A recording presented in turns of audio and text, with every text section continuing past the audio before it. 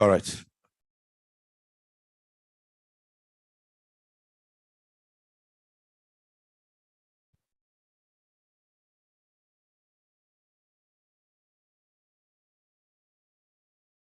A warm welcome to the 2023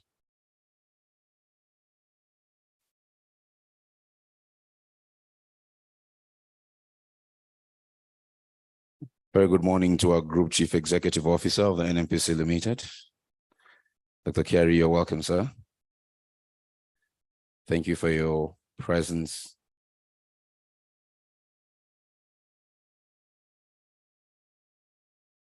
I just give people a few more minutes to settle in and we get the event started.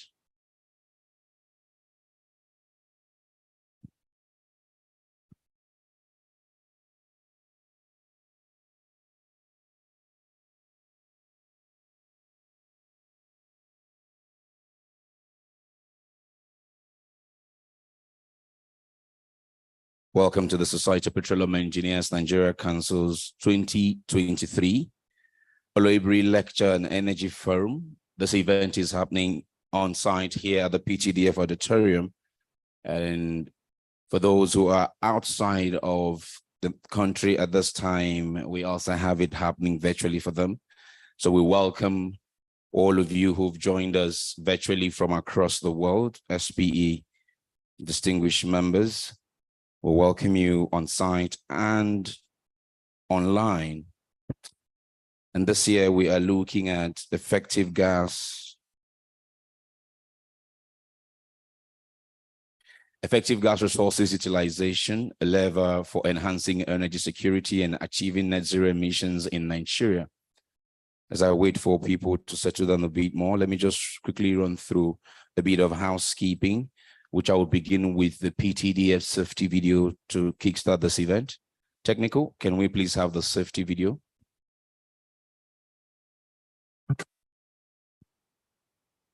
Welcome to the Petroleum Technology Development Fund, Nigeria's premier agency for the development of capacity in the oil and gas industry.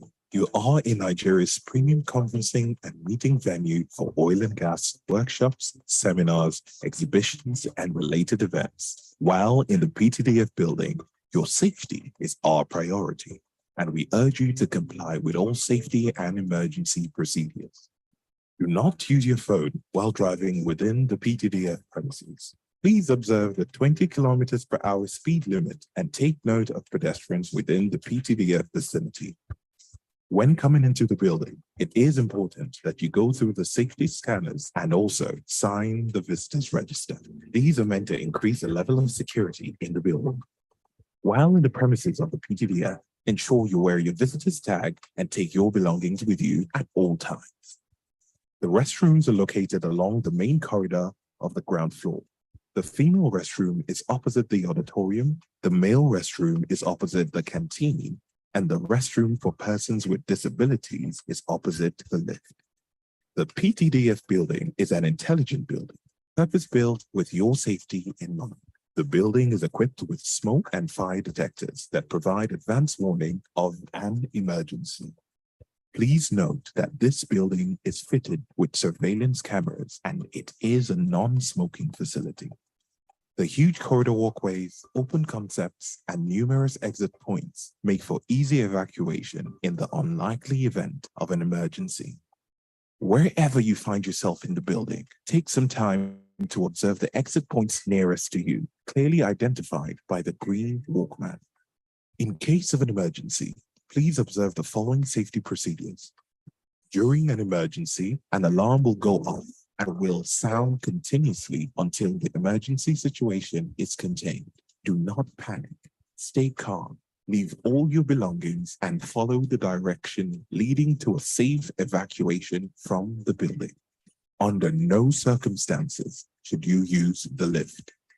Follow the safety evacuation signs and walk orderly to the muster point located beside the entrance gate post.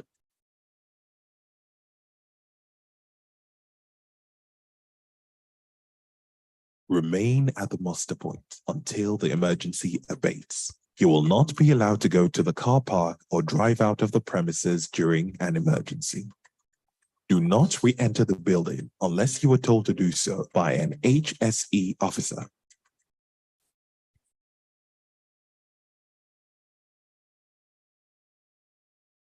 Remember, safety is about information, but much more compliance. Have a safe time in the PTDF building.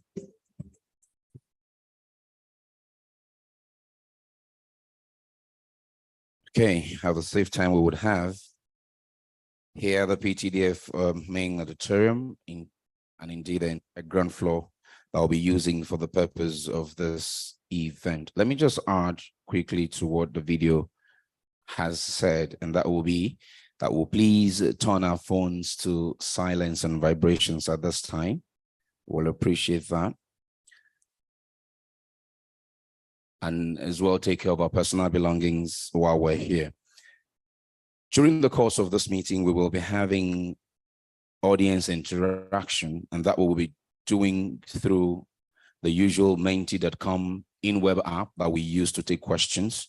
It will be www.menti.com. A code will be displayed at some point during the course of this event, just before we start with the panel session. And that code is what you would use to access the portal to make your interventions or ask questions.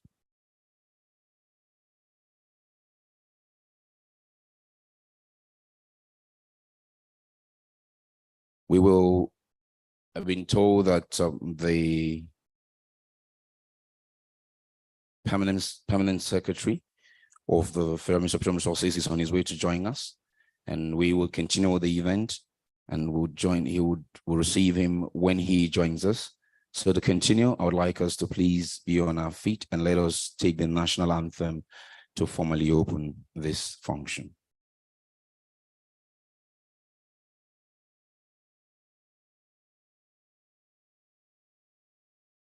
Technical.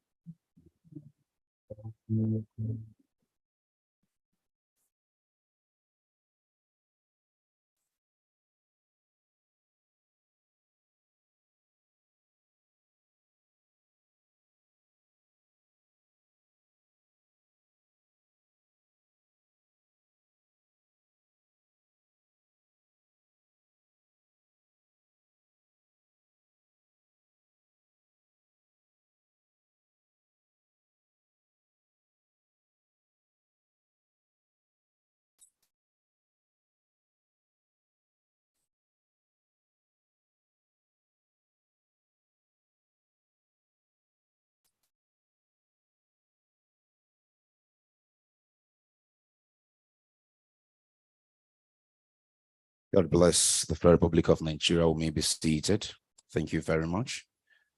As I said, the Ambassador, Gabriel Tanimo Aduda, Permanent Secretary, will be joining us shortly.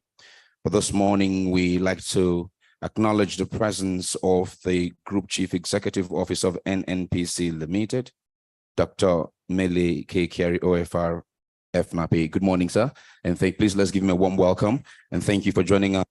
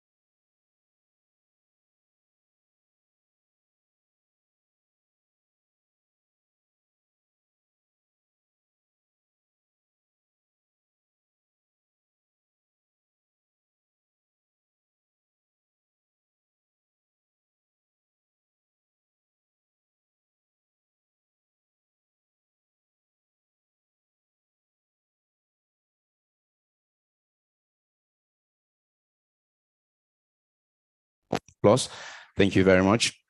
Our Vice Chairman, we salute you, Engineer Salahuddin Tahil, the Head Asset and Investment Management, NNPC Gas and Power Investment Services. Very good morning to you, as well as to all members of the Council of SPE Nigeria Council. We thank you immensely for your kind presence. This morning, Speolef, our lecturer for this morning, if you like, or our lecture presenter, is the General Manager, Development and Subsurface Shell Companies in Nigeria, Mr. Abdul Rahman Mujinyawa. Mr. Mujinyawa, good morning. And okay, he's coming. All right. Okay, cool. He will join us. I've also seen the President of the Nigerian Gas Association and the MD of Shell Nigeria Gas, Mr. Ed Obong. Good morning, and thank you for your kind presence. The Managing Director of Hess Oil and Gas, Engineer Osaigiho. A very good morning to you, sir. One of our speakers in the discussion panel. We thank you for your presence. Talking about our sponsors this morning, let me recognize the representatives of our sponsoring companies, CEOs who are here today. I recognize the PTDF, of course. Shell Nigeria, the joint venture of Shell and the NNPC, is another sponsor. Engineer Eloho Aiboni is unable to join us this morning, but I'm told that Engineer Olaposi Fadaonsi is here to represent her, Business Development Manager for, okay, good morning, and thank you for your presence for Bonga Southwest Apparel. Come on, please give me a round of applause. That's one of our sponsors. Thank you. Mr. Roger Brown, Chief Executive Officer of Seplat, is presented by the COO of Seplat, Mr. Sam Ezugori. Have I seen Mr. Ezugori this morning? He's coming. Okay, thank you very mumuch. Professor Anthony Adegbulugbe is the Chairman and Chief Executive Officer of Green Energy International Limited, represented this morning by Tamunoto Troko Kala Otaji. I hope I got that. Manager Service Reservoir Production for Green Energy. Good morning, and thank you so much. Please give them a round of applause for talking about our sponsors here. We appreciate them. Thank you for joining us. And back now to Dr. Mustafa Lamode, Executive Director HSE for NMDPRA, is representing the East. Good morning, Dr. Lamode. Oh, good morning to you. Thank you so much for coming. Thank you. Thank you for representing your principal at this function. Of course, our moderator for the panel when we get there is a former council chairman himself, Engineer Joseph Mwakwe. A very good morning to you and thank you. We're also joined this morning by Mrs. Kanayo Awani, Executive Vice President, Intra-African Trade Bank for Afrexim Bank. Good morning. Is she here now? Okay. We also have Professor Obunaya F. Jewel, Center Leader, Africa Center for Excellence in Oilfield Chemicals Research, Uniport. Good morning, sir, and thank you for coming to share Insight. Senior Vice President, Infrastructure and Climate, Chapel Hill, Denham, Ifoma Finney, Mrs. is up to here. Good morning and thank you for joining us. Of course, we have a lot of our most senior SPE members, our former BOT chairman, our former African regional directors are here. We salute you, Engineer Alex Musa. Very good morning to you, sir. Engineer Alex Nahin. Very good morning to you, sir. And many other distinguished senior members who are here today joining us. Victor Ekpeyong, I haven't seen him. He's one of our sponsors, Managing Director of Keyon International, Keyon West Africa. Can we please give him a round of applause and abstention? That company, an indigenous company, is doing great things for the oil and gas industry in this country and beyond, and we salute them for that. We welcome our members of the SPE, our young professionals, our student members, gentlemen of the press, distinguished ladies and gentlemen.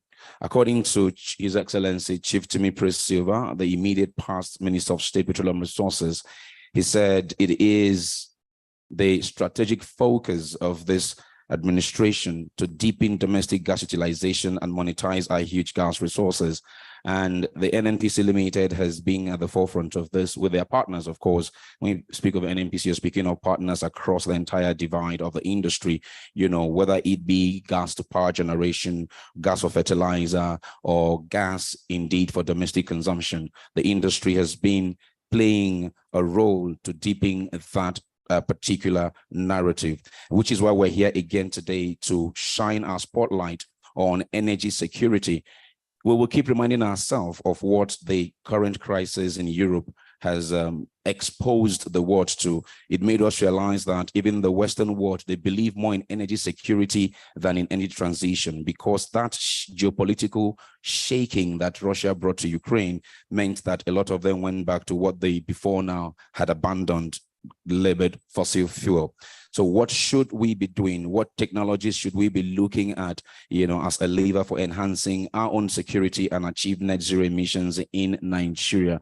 The United Nations Environment Program thinks that gas has some components in it that makes it a bit even dangerous. But of course, we need to pursue development and deliver ourselves, if you may, from energy poverty. So these are some of the things that our speakers today will be looking at, and our key lecturer will be taking us on a deep dive into these conversations, and our panel will come and do justice to that.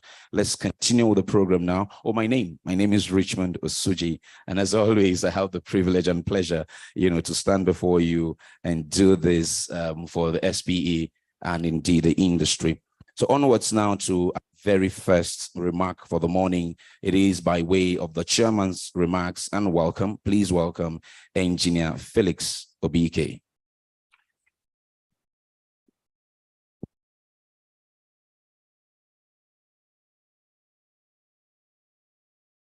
Thank you, Richmond.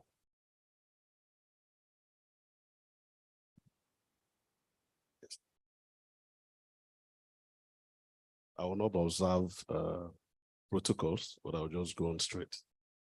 The Permanent Secretary, Ministry of Petroleum Resources, Ambassador Gabriel Tanimu Aduda is on his way. The GCU of the NNPC Limited, Mr. Melek Karisa, you're welcome. The Commission Chief Executive, Nigerian Upstream Petroleum Regulatory Commission, represented here, thank you. The Authority Chief Executive, Nigerian Midstream and Downstream Petroleum Regulatory Authority, represented, welcome. The Executive Secretary, PTDF, our host, Dr. Bello Gaswa, represented here, thank you so much for coming. Heads of government organizations, managing directors, and chief executives of corporations and companies, the Chairman Board of Trustees, council members, all the members of SPE Nigerian Council, the academia, esteemed media representatives, distinguished ladies and gentlemen, you're welcome.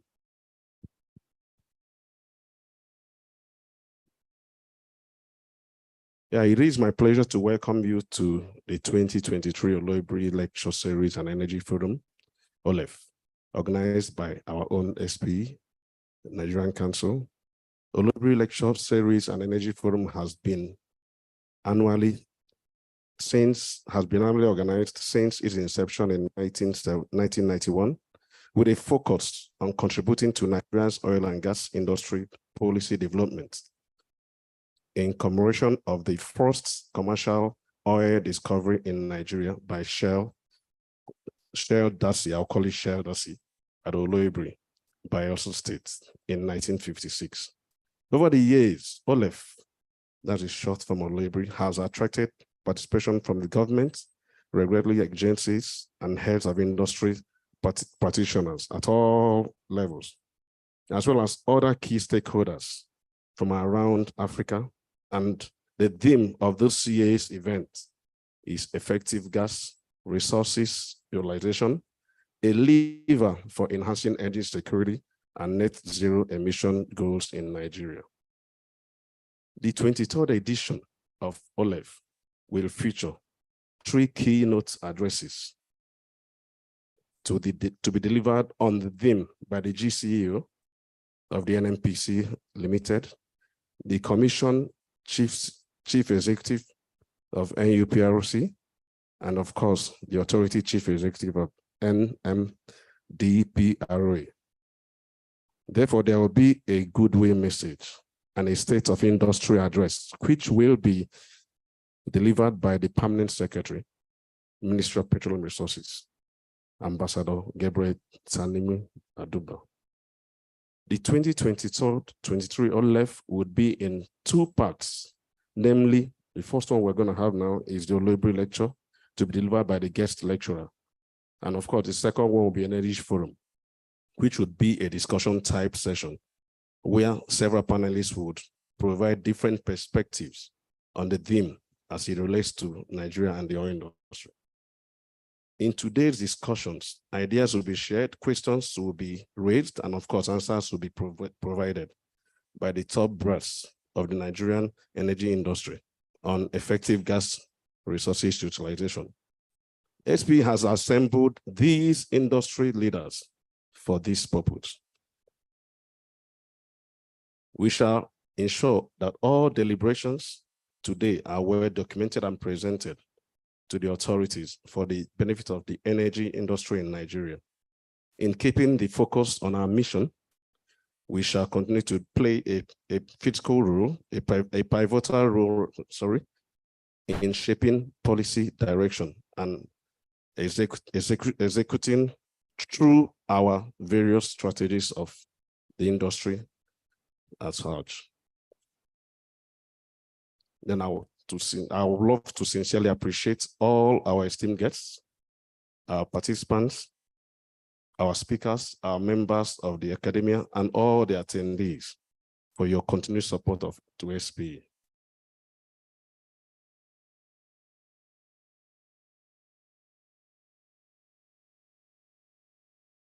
My special appreciation goes to the management of Petroleum Resources, PTDF, for being such a generous host and sponsor over the past years. And to all our sponsors, SPDC, Seplat Energy, Green Energy International, and Kenyon International, for your financial commitments towards the success of OLEF. Please take your time to participate fully, ask questions, and of course, share your knowledge with colleagues. This is the aim of today's gathering. It is embodied in SP's vision, mission, and core values. Once again, I, on behalf of SP Nigerian Council, welcome you to Speolef 2023. And of course, wish you most fruitful deliberations with actionable outcomes. That's why we're here. Thank you, and God bless you.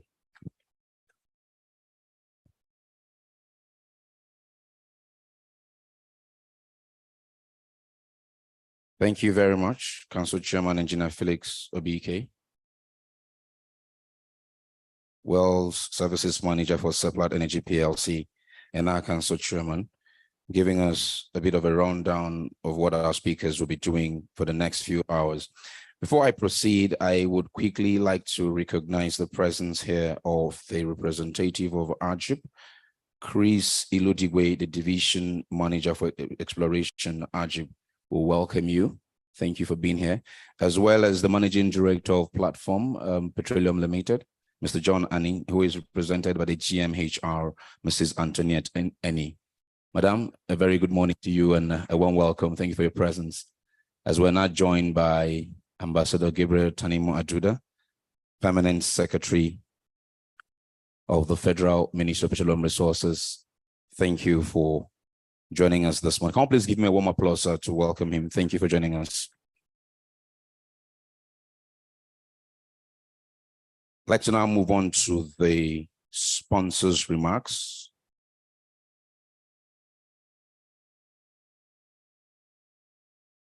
So the sponsors' remarks begin with our chief host for many years, the Petroleum Technology Development Fund. Let's please welcome Mr. Jide Adebulahin, Director of Strategy and Planning for PTDF.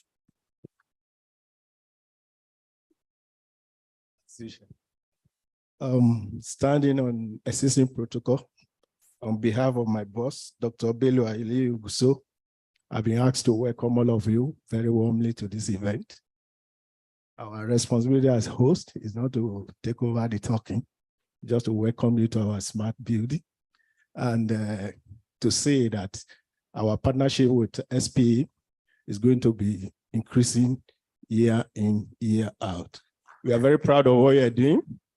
Talking about policy, you are delivering the policy program where the policymakers are residing. Because if you don't do that where they are residing, it will just be like a letter that is not posted. The PTDF will be ready to partner with all the other agencies in the industry in the human capital requirement of the energy transition. And we're doing that already. I want to welcome all of you very warmly. You're welcome.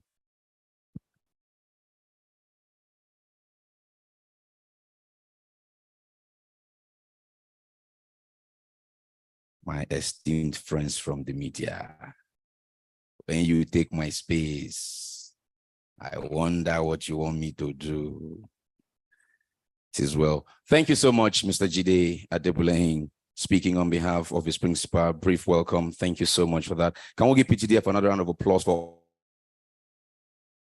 I'm pledging to continue to host the Speolef here in their smart building. Okay. I recognized him earlier, and I want to welcome him one more time, the Chief Operating Officer of Speolef Energy PLC, Mr. Sam Ezugori. It's good to see you again. A warm welcome, sir. Thank you very much. Speaking on behalf of Shell, as a sponsor this time, please welcome Engineer Olaposi Fadansi, Business Development Manager for Bonga Southwest Apparel.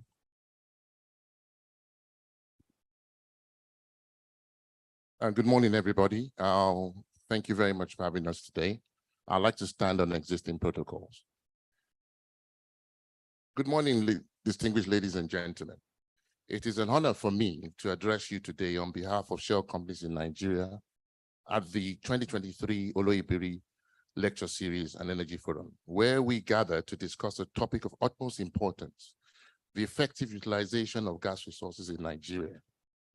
The Nigerian government has set up an ambitious target to achieve the net emissions by 2060, net zero emissions by 2060, and the effective use of gas resources can be a crucial lever in achieving this goal. The government is estimated to have about the country is estimated to have about 200 trillion cubic feet of proven gas reserves and about 600 trillion cubic feet of unproven reserve. This enormous resource base can be harnessed to drive economic growth and development. Gas has a huge potential to diversify and lift the Nigerian economy. However, for too long, as you must all agree, despite the abundant natural resources, gas resources in the country, and the full potential of this resource remains largely untapped, the effective utilization of gas resources can be a game changer in this regard. To achieve our net zero emission goals, all of us need to maximize the use of natural gas while investing in renewable energy as a long-term solution. We need to transition from a high carbon to a low carbon energy stream. This transition requires a collaboration effort amongst all stakeholders, including the government, industry, and the civil society. As a responsible energy company, shell companies in Nigeria recognize the critical role of natural gas in providing a reliable and affordable source of energy while reducing greenhouse gas emissions. This is evidenced by our investments in gas for domestic use and for gas export. In the gas for domestic use, in partnership with the government, SPTC JV is developing 4 of the government's 7 critical gas supply projects. These are Asa North or Aji South Field, the 4 unitized fields, gas supply to Brass Fertilizer Company, and Opokuno Tumo West Field clusters. In gas for export, this is represented in the SPT's JV continuous investment in the multiple LNG trains. On ending routine gas flaring, in 2019, the Southern Swamp Associated Gas Solution Project was commissioned, and the SPTC JV is planning to reduce associated gas flaring further through its Fokado Shukri gas gathering project. All these are aimed at supporting government drives for national development and energy sufficiency through the effective gas utilization. Gas has been adopted as a transition fuel, and declaring 2021 to 2030 the decade of gas, the government has shown commitment to develop the gas sector. However, much more needs to be done to fully exploit the potential of Nigerian gas reserves. One way to achieve this is by investing in gas infrastructure across the gas value chain. Nigeria seeks to build the necessary infrastructure, including pipelines and storage facilities, to effectively transport and store gas. This will not only reduce gas flaring, but also enable the country to generate more electricity from gas. By investing in gas infrastructure, Nigeria can increase its gas power capacity, reduce its reliance on oil, and enhance its energy security. Another way to enhance the effective utilization of gas resources is by promoting gas-to-industry initiatives. Gas can be as a feedstock for industries such as fertilizer production, petrochemicals, and iron and steel. By producing these industries, Nigeria can create jobs, boost economic growth, and reduce its carbon footprint. Of utmost importance is the need to create an enabling policy and predictable regulatory and legal framework that incentivizes investment in gas sector while promoting transparency and accountability. Finally, we need to develop a robust market for natural gas, including establishing an appropriate pricing framework that reflects the true value of gas as a cleaner and more reliable source of energy. In conclusion, effective gas resource utilization is a critical level for enhancing energy security and achieving net zero emissions in Nigeria. The country needs to invest in gas infrastructure and promote gas-to-industry initiatives underpinned by an investor-friendly and business climate that honors contracts. Shell companies in Nigeria is committed to play a leading role in this effort and calls for collaboration amongst all stakeholders to address the challenges facing the gas sector and to unlock the full potential of this critical resource. It is with this that we're so happy to be here. Thank you very much.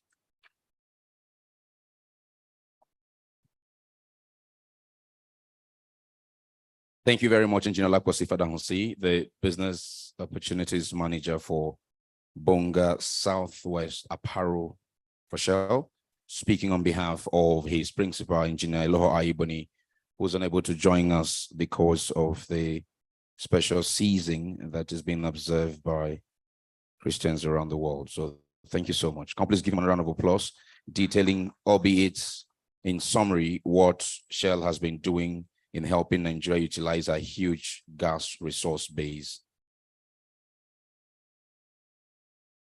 Okay, so we're making steady progress, and our next speaker has and continues to serve the public service meritoriously. It's interesting how what is driving the price, part of what is driving the price of crude around the world, or gas, if you like, one way or another, he has played a role at different times in that geopolitical narrative. He spearheaded the evacuation of Nigerians when the crisis began in Russia, Ukraine, when he was at the time Permanent Secretary in the Federal Ministry of Foreign Affairs. And this time he is in the Ministry of Petroleum Resources, overseeing the ministry at the time when we need to make the most of the effect or fallout of this crisis. So whether as the Foreign Affairs PAMSEC or Petroleum PAMSEC, he has a conversation, geopolitical conversations around what has been happening in the Ukraine. To deliver for us this morning's State of the Industry address and remarks on the theme of our OLEF this year, please welcome Ambassador Gabriel Tanimo Aduda, Permanent Secretary, Petroleum Resources.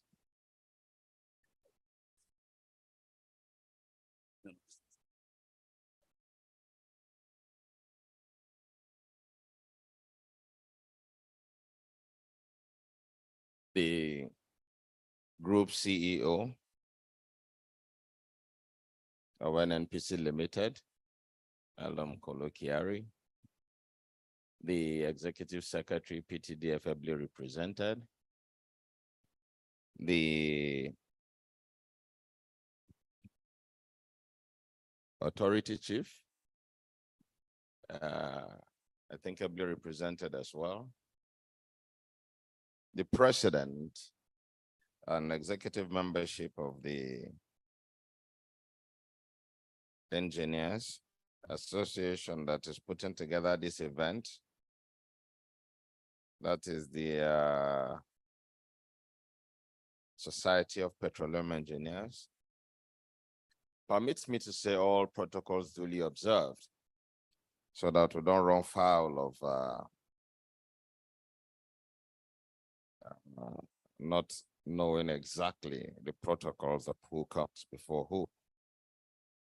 Let me once again thank the Society of Petroleum Engineers for putting together this series, this Olebiri series. I understand that it is one that has been on for quite some time.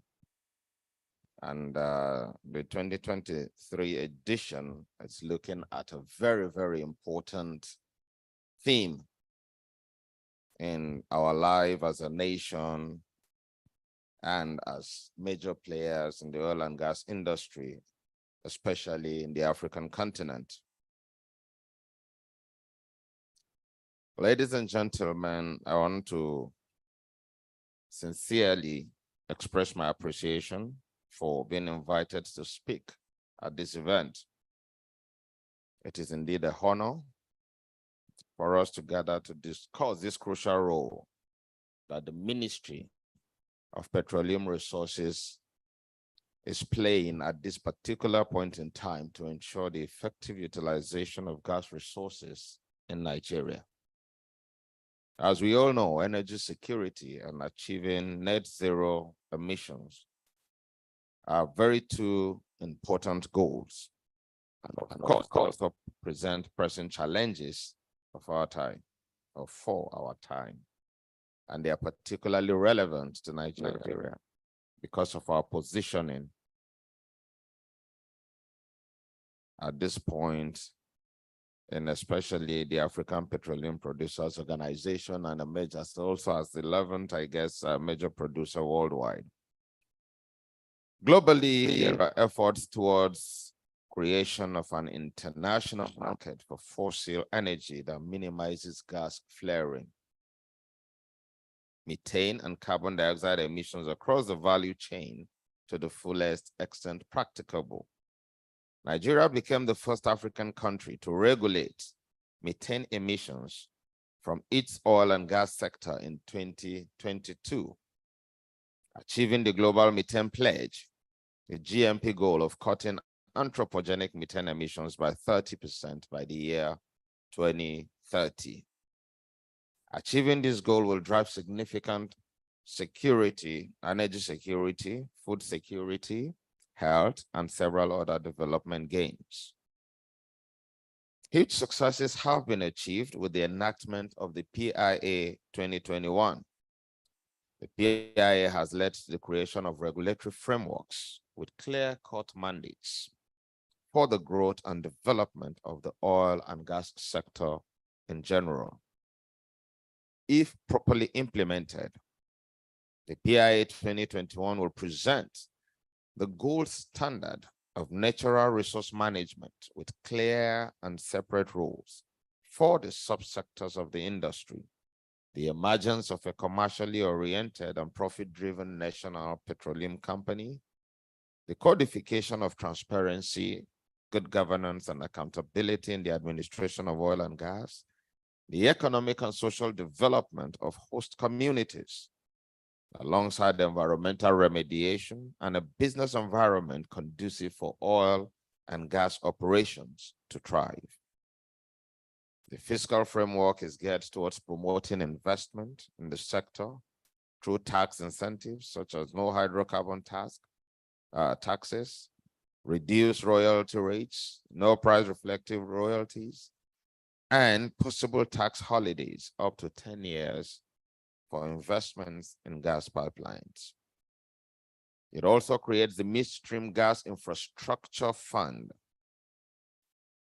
for the purpose of supporting investments in the development of gas infrastructure, which includes pipelines, storage facilities, and processing plants to facilitate the transportation and storage of gas across the country and beyond. The efficient use of gas resources is a key component of achieving both energy security and reducing emissions.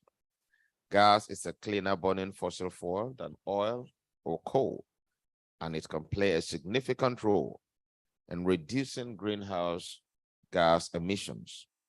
In addition, the utilization of gas can help to diversify Nigeria's energy mix and reduce the country's dependence on oil.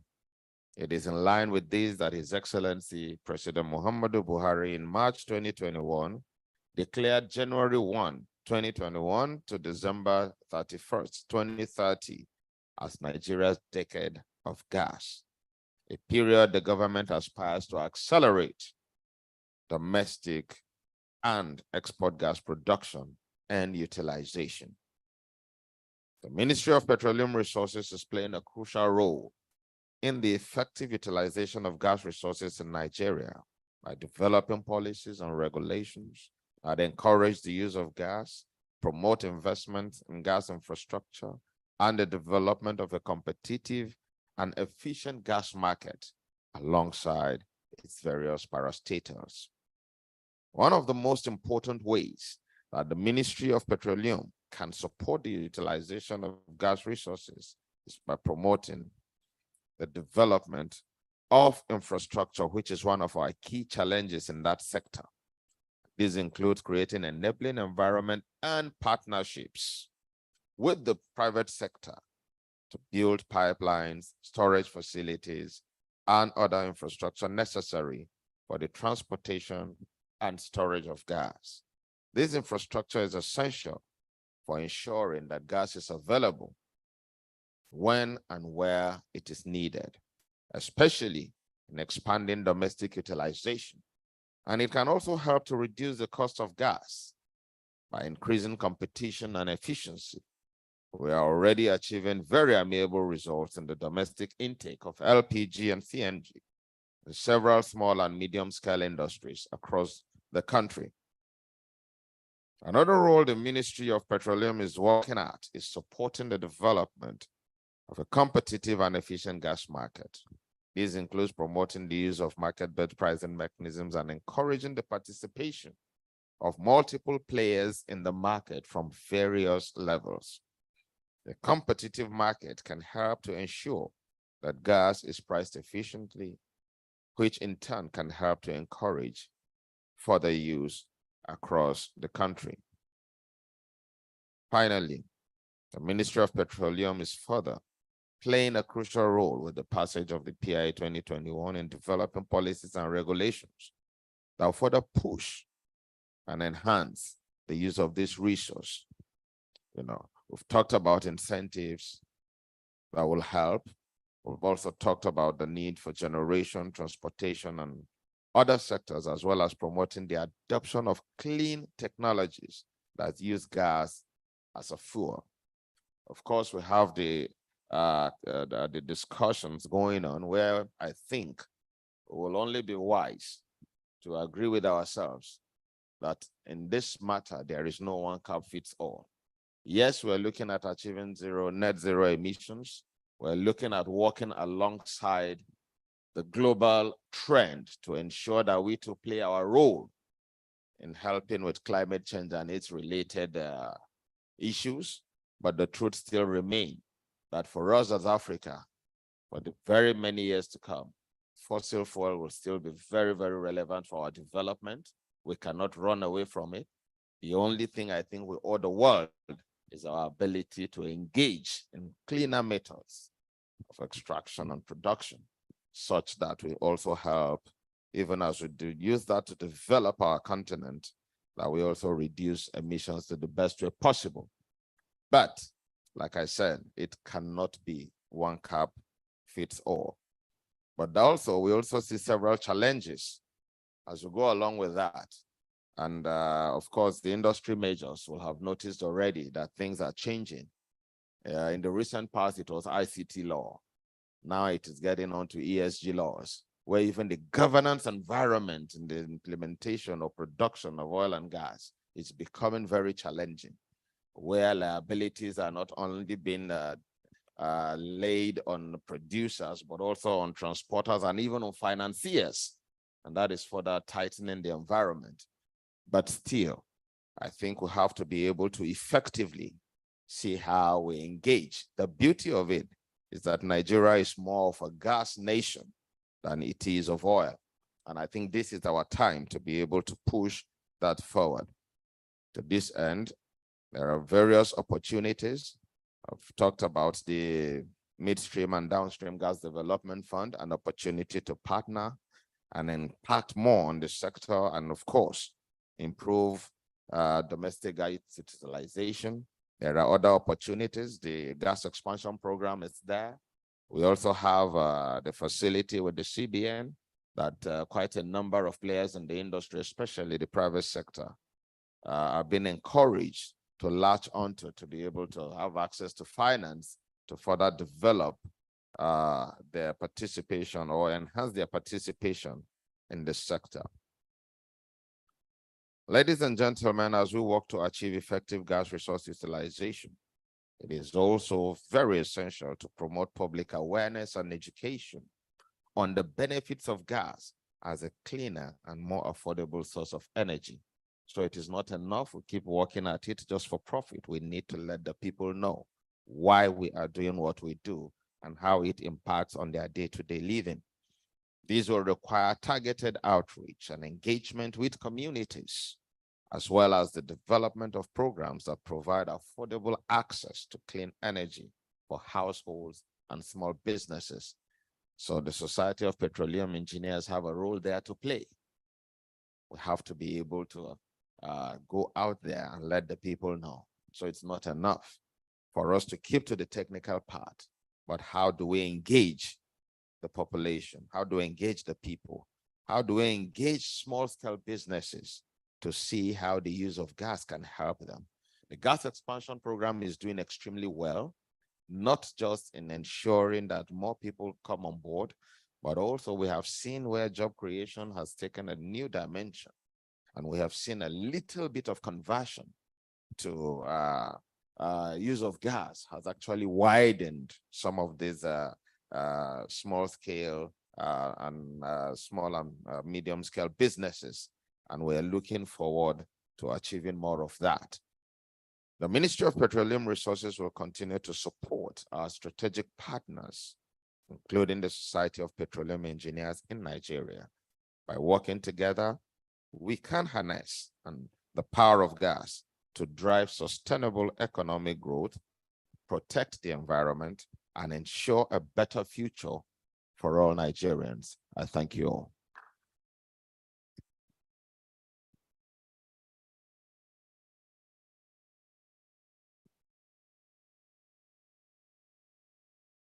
Thank you very much, Ambassador Gabriel Tanimo Adud as the Permanent Secretary of the Ministry of Petroleum Resources, reminding us of one key legislative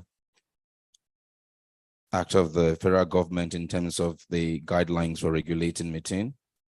We're the first in Africa to do so, and how that would help us in achieving climate change goals. And of course, closing by reminding us of the jobs already being created by the gas expansion program of the government. Indeed, we're well on our way to utilizing this resource. Can we please give him another round of applause?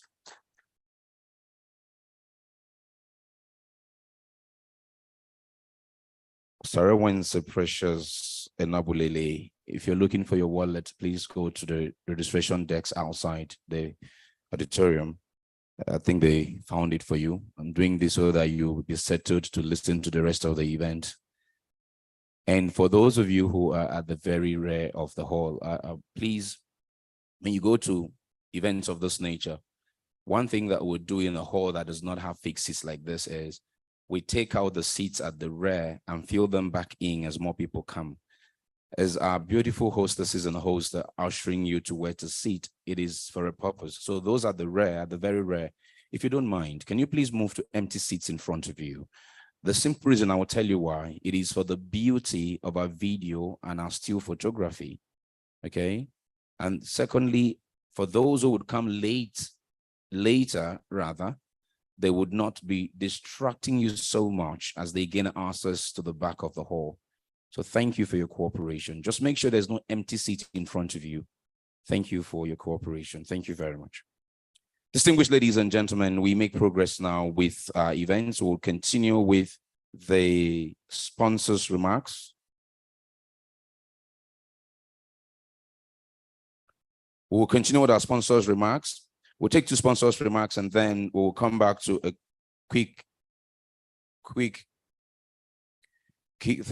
keynote. We'll take some keynote and then we'll take our guest lecture. And after our guest lecture, we'll then proceed swiftly to the panel session as the panelists are all waiting to do justice to what the guest lecturer will be delivering to us later today. To the next set of sponsors' remarks, I'd like to welcome, representing his principal, the Chairman and Chief Executive Officer of Green Energy International Limited, Manager Reservoir and Production. Let's welcome Tamunotroko Kala Otaji. Did I get your first name? I did? Pronounce it yourself, let me hear. Tamunotroko Kala Otaji. Yes, it did. Thank you, everyone. I'm standing on the existing protocols. It's an honor to be here and also to fit into the shoes of Professor Anthony Adegbulegbe. He's an excellent man. He has done well in the oil and gas industry. Just a quick one. We are happy. He said I should send his greetings to SP, and he's committed. He's committed. He's not assuring you. He's not promising you, but he's committed to partner with you all the way down in any of your programs. And thank you. A quick one for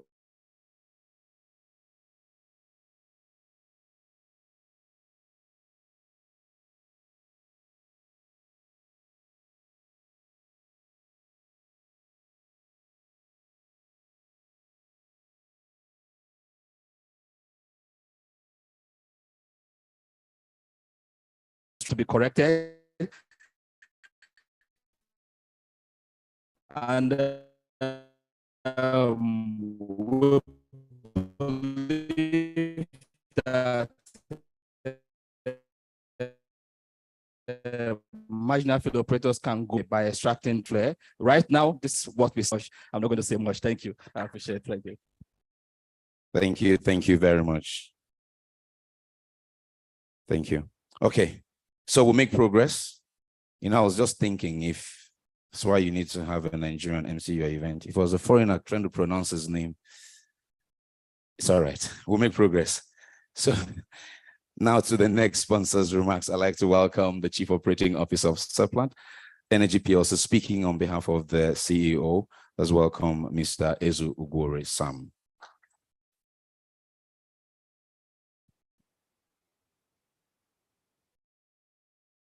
I was wondering if Richmond was not going to give me a microphone. Distinguished colleagues, friends, ladies and gentlemen, good morning. May I also stand on all the established protocol and just say, on behalf of Seplat Energy, it's always a pleasure. We'll continue to partner with SP. This is not the beginning, and this will not be the end. Thank you very much, and let's have a very fruitful deliberation today. Thank you.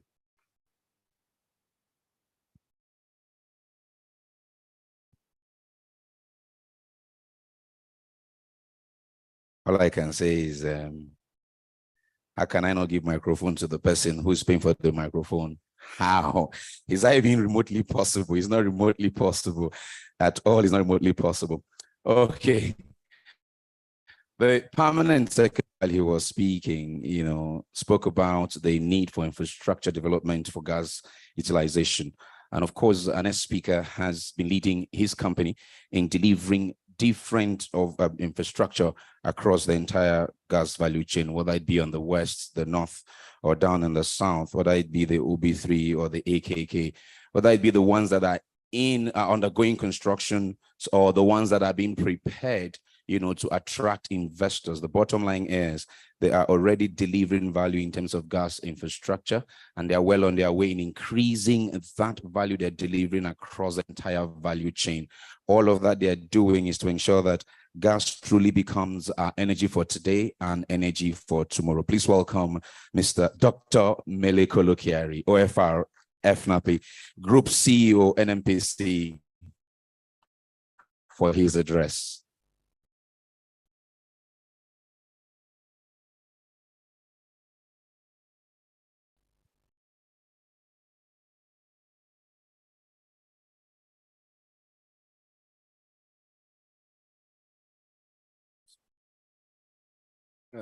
The Permanent Secretary and the covering Minister of State for Petroleum, and also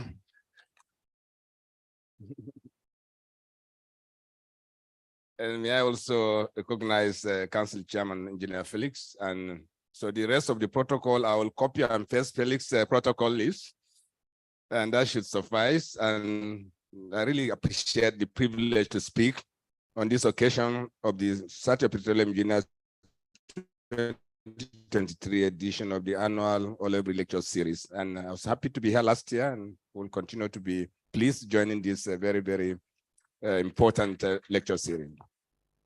This gathering of industry professionals organized by the FBI has contributed significantly to the progress made in the oil and gas sector in Nigeria, and I would like to specifically thank SP for making this work.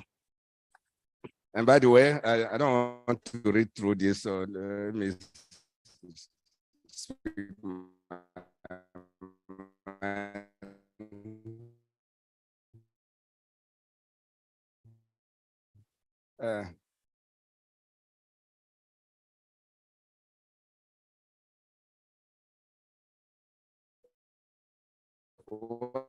I even call it Society of Petroleum, and I'm sure you have had this session in the world on the table, certain key necessities, certain changes that must take place in our industry. And our story is different as Nigerians. I'm sure you'll appreciate this, because as you all know, there's so much happening, in the energy industry.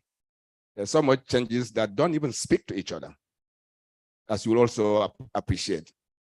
And that's why, selecting this team of effective gas utilization cannot come at a better time than now. You will agree also that the world has accepted gas as a transition.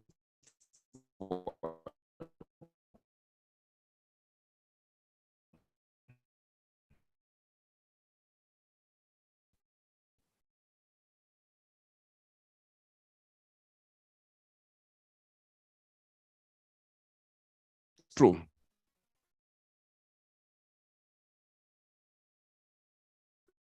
More really about the least, not best of estimates, the be gas production by 2050. That means we are nowhere near eliminating hydrocarbons. But of course, the uses will change. how we utilize this changes, cleanliness will change. But the reality is that oil and gas will continue to contribute to over 50% of the energy mix, even by 2050. So no one is saying that by 2050, oil and gas is gone. And I'm sure you all agree that in this room, and I'm sure probably 50% of everything you see around except is from hydrocarbon. We all know this. So it's not about emissions, it's beyond emission. It's now become part of life, part of our necessity, and therefore our industry must join this transformation so that ultimately we're able to align with the realities that we are seeing so that our product becomes continuously in use, not just about making money, because that's the necessity of what we are. SP members, you know that there's some university that said they are no longer going to train people in energy science or petroleum engineering. I'm sure you are aware of this. They say it's no longer necessary because of energy transition. Some universities have made those decisions. Just like many companies, I don't want to mention names now, have made decision 3-4 years ago not to invest in oil and gas. Today now, everybody is coming back on the table because the realities are coming up. But that's the reality that we are dealing with. And it will come to pass because those requirements, those needs will continue. I can see a mechanic nodding your head. Yeah. These needs will continue to be with us for a very, very long time to come. And therefore, Nigeria, like other African countries, is endowed with an increasing young population, as you are aware, which needs a stronger economy to continue to generate beneficial employment to leave its citizens from poverty, increasing energy needs, as you will all agree, that today, we're almost a kekena paper industry. I don't know how, within these timelines that you are seeing, 2035, to eliminate all the kekena papers, all the cars that you see around, they become EVs. And also that you have electricity. Everybody has today, 70% of the population don't have access to clean electricity or even clean cooking fuel. And we all know this. And you need massive investments to make sure this works. And no one is even lending to the industry. And therefore, for us, it has come to the level of self-help. And self-help can only come from your cash flow. And the cash flow is what we have to use today to make sure that we have the energy industry of tomorrow so that this country, particularly the sub-Saharan African countries, become self-reliant. We have energy sufficiency. We meet our realities while doing it in a much cleaner way, which gas promises. And therefore, we in NNPC, we are leveraging the provisions of the petroleum industry. By the way, I don't want to repeat what the Honourable Minister has said, or the Minister of State covering has said, that the PIA, by the way, with all the reforms that it has brought on the table, one of the most important things that it did, and Dr. Nuhu is here, is the gas reform. Because I'm sure before 2021, the fiscal environment is not conducive, it's not competitive. The regulatory framework for developing gas is not clear. It's uncertain. And of course, we as industry, we are never looking for oil. Nobody is looking for NAG. Everybody is looking for oil. And then you have associated gas. And then you start dealing with what you do with gas, except for the deliveries into the NLNG. Otherwise, all our history, we're busy looking for oil. And when we see associated gas, it becomes a problem for us, as it is today in many of the companies. I don't want to mention names. Handling oil so that it can produce gas is the main problem. And we didn't even realize is that we are actually associated oil, not associated gas. I think we are dealing with associated oil now in our country. Therefore, with the huge resources that we have, over 200 TCF of gas proven, as we know, potentially 600, we are a gas country, no doubt about it. And of course, we will continue to produce the oil. The oil will bring the cash flow of today, but we also know that we are a gas country. And to do this, we have an infrastructure today that can support 6.9 billion standard cubic feet of gas, in the local infrastructure, but that's not enough. We need to get to 12, 13 to have short-term sufficiency. And therefore, we are doing everything possible to put all the necessary infrastructure on ground to make sure that this works. First of all, build our own country, build the infrastructure of gas so that industries can cover, as you all know. And many of us know, let me not generalize.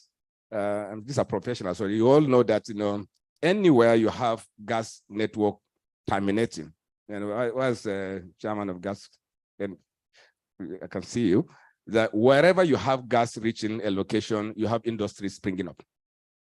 And most of the industries today that make money more than the others are the industries that are relying on gas for their source of energy. That's the truth. And therefore, building gas means building this country, creating prosperity in this country. And there's no other way of doing it than to focus on this, we as an industry. And we know that this will be the basis of development for our country. And that's why we're focused on building the massive infrastructure that we are doing today. We're almost running solo. For some of our partners, we tell you, get out. If you won't do, we'll do it. And that's where we are. So that we stop all the talk, and we call it in our company, we call it the PowerPoint talk. Stop the PowerPoint, get something done. And therefore, we have made several commitments. We are running with it. And of course, as we do this, we also know that we are an enormous gas country. And you need to build infrastructure so that you can deliver this gas to the international market. I don't want to repeat what my family secretary said. We are expanding the NLNG. There are several possibilities and engagements that we are doing to see some floating LNGs in the country. They will work. We will make it work. And for us now, we'll run solo if no one will do. Because we can support it. We're a huge company. We're a $60 billion company. So we can run without help. But we need help. But we'll run without help. I think this is what the assurance I've given the permanent secretary. No one will stop us. No one will keep us on the PowerPoint. If you won't do, we'll kick you out. As we're already doing, I'm sure you're aware of this. Yes. So to do this, we are building infrastructure across West Africa. We are building the Nigeria, not Morocco, please, just get it right. Yes, Morocco is a nice name that people call it. Well, we're engaging and getting the line of sight, feasibility, excellent, engineering almost completed, financing, clear line of sight on financing, and we'll build a line that will start from Brass all the way through 11 West African countries, deliver gas into Morocco and into Europe. And the objective is this: first, we'll monetize our gas. And secondly, we will create prosperity around us. Because as we all know, if there's no prosperity in Togo, Benin, Cameroon, you have trouble here. And when you help them, you're actually not helping them. You make the money, yes, but you're also creating a West African market that will work for all of us. We are the largest economy in Africa. Many of these countries rely substantially on prosperity in this country, and nothing wrong in extending this because it is business. As you do business, you're also giving security to our country. We're working on this, it will happen. And beyond this, we are also looking at we have revived the Nigeria Trans-Nigeria pipeline through Niger into Algeria and potentially end up in Europe. Not a fancy story. We enter significant commitments. We have a line of sight. We have a team working on it. And we believe that we can extend the current AKK line all the way through the Sahara, and of course, potentially get injections from Niger into the line all the way into Algeria. This is practical. It is not PowerPoint. We are working on it. We are making decisions, and we're running with it. And of course, it's also common knowledge that NNPC is playing a leading role in the realization of federal government's national gas expansion program, which seeks to deepen natural gas utilization as an alternative transportation fuel and an important feedstock for development of gas basin. This is very, very, very obvious. And we're engaged in this. We will lead this on permanent secretary. If they walk away, we'll stay. This is the assurance that I'm giving you. And of course, we are working assiduously to ensure delivery of the AKK pipeline, the river crossing in River Niger. Once we do this, we're almost done.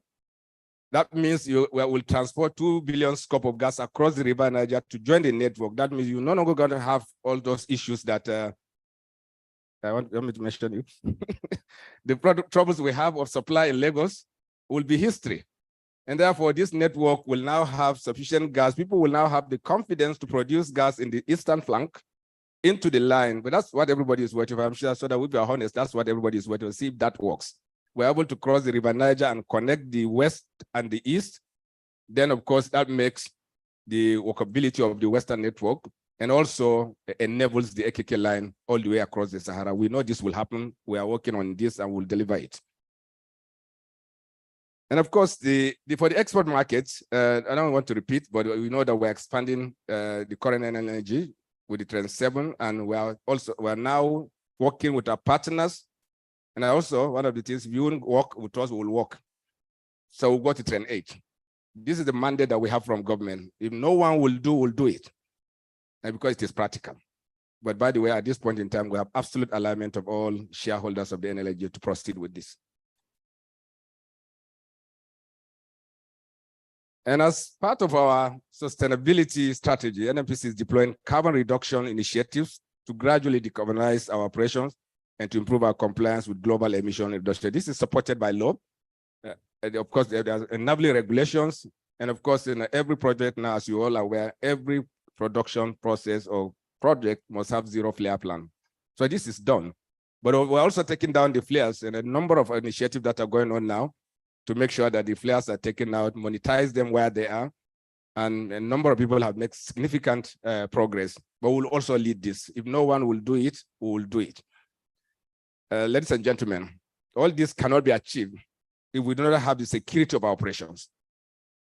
We will continue to further deepen collaboration among all the relevant stakeholders, government security agencies, host communities, and others to enhance our energy security.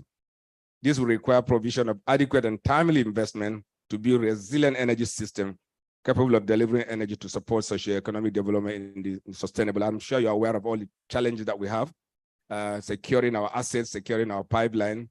Today, we are proud that this has worked. Is it completed? No. It needs all of us to make it work. You know, oil theft, acts of vandals on a pipeline in a scale that we didn't see before. Well, we didn't understand, not we didn't see. I think we didn't appreciate it. Now we know. We have responded to it. We have alignment of stakeholders, partners, communities, private security contractors, government security agencies, and it is working. I'm sure you are seeing this in the result.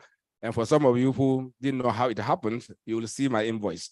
Because we spent money, we didn't talk to you because you know you like guys staying in the PowerPoint mode. So we acted. So in order to secure our relevance in the global energy markets of today and of the future, NNPC will leverage partnership with industry, governments, research institutions, and the academia to strengthen its renewable energy division to pursue commercially viable new energy ventures in line with the net zero aspirations by 2060. This means very, very different thing to many people, but for us, we'll continue to build on this as we'll continue to create cleaner energy in our country and for the world. Our goal is to be the dynamic energy company of choice that is committed to sustainably deliver energy for today and energy for tomorrow. I would like to specifically thank the SP once again for their efforts at promoting innovation, knowledge sharing, and the body of knowledge required for the industry, especially at a time like this. And I would like to thank our regulators, partners, and other key stakeholders for contributions towards gas development and commercialization. This is the future of our country. And on a final note, our continent and our country is energy deficient. And the bridge fuel to energy security and sustainability of oil and gas operation is gas.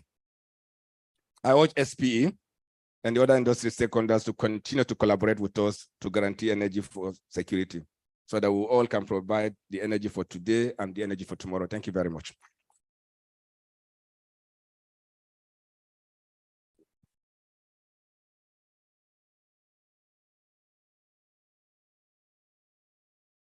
As always, speaking ever so passionately on the matters that concerns Nigerian energy industry.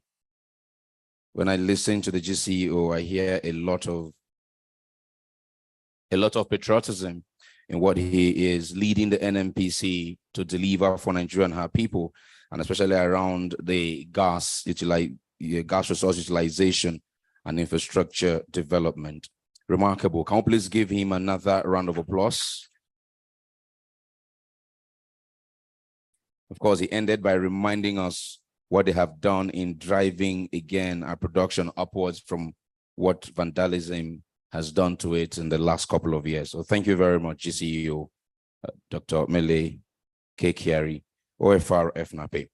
We're continuing with keynotes from some industry leaders. And this time we're going to the Nigerian Upstream Petroleum Regulatory Commission, whose Commission Chief Executive, Engineer Gbenga Kamalafe, is unable to join us, but the Executive Commissioner, Production and Development is representing him. Please welcome Dr. Nuhu Habib.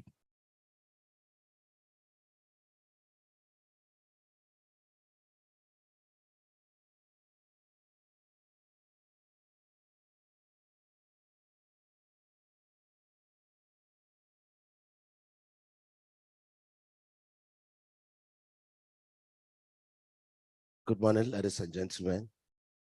The Permanent Secretary, GCO, authorities, executive, industry captains, please permit me to stand on a visiting protocol also duly established. Like the MC had mentioned earlier on, I'm here to represent the Commission Chief Executive, Engineer Gbenga Kamalafe, who unavoidably is absent today. So I'm going to read his speech straight down. But I think the key thing, before I go down into reading his speech, the most important thing, without necessarily repeating what the Permanent Secretary and the GCO had highlighted on earlier on, is how do you really put the trilemma reality around with respect to achieving that reality from the perspective of net zero.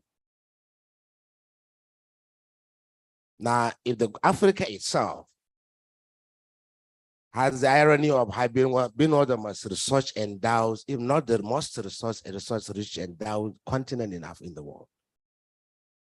If you take oil and gas industry, and basically you discount, if you combine the available discovered resources in Nigeria, in Libya, in Mozambique, in Angola, and the rest of the African nations, and you benchmark that with the volume that is available in similar continents, let's say in the Middle East, as an example, in North America and all of that, then you could see that from a strategic point of view, Africa actually holds one of the most strategic resource endowment in the world, but yet is the most energy deficient continent in the world. Now, if you now expand the framework, because at the core of energy transition and the zero also is the issue of global socioeconomic viability. Can you ever achieve a sustainable society where there is reduction of poverty, there is reduction in socioeconomic inequality without energy access?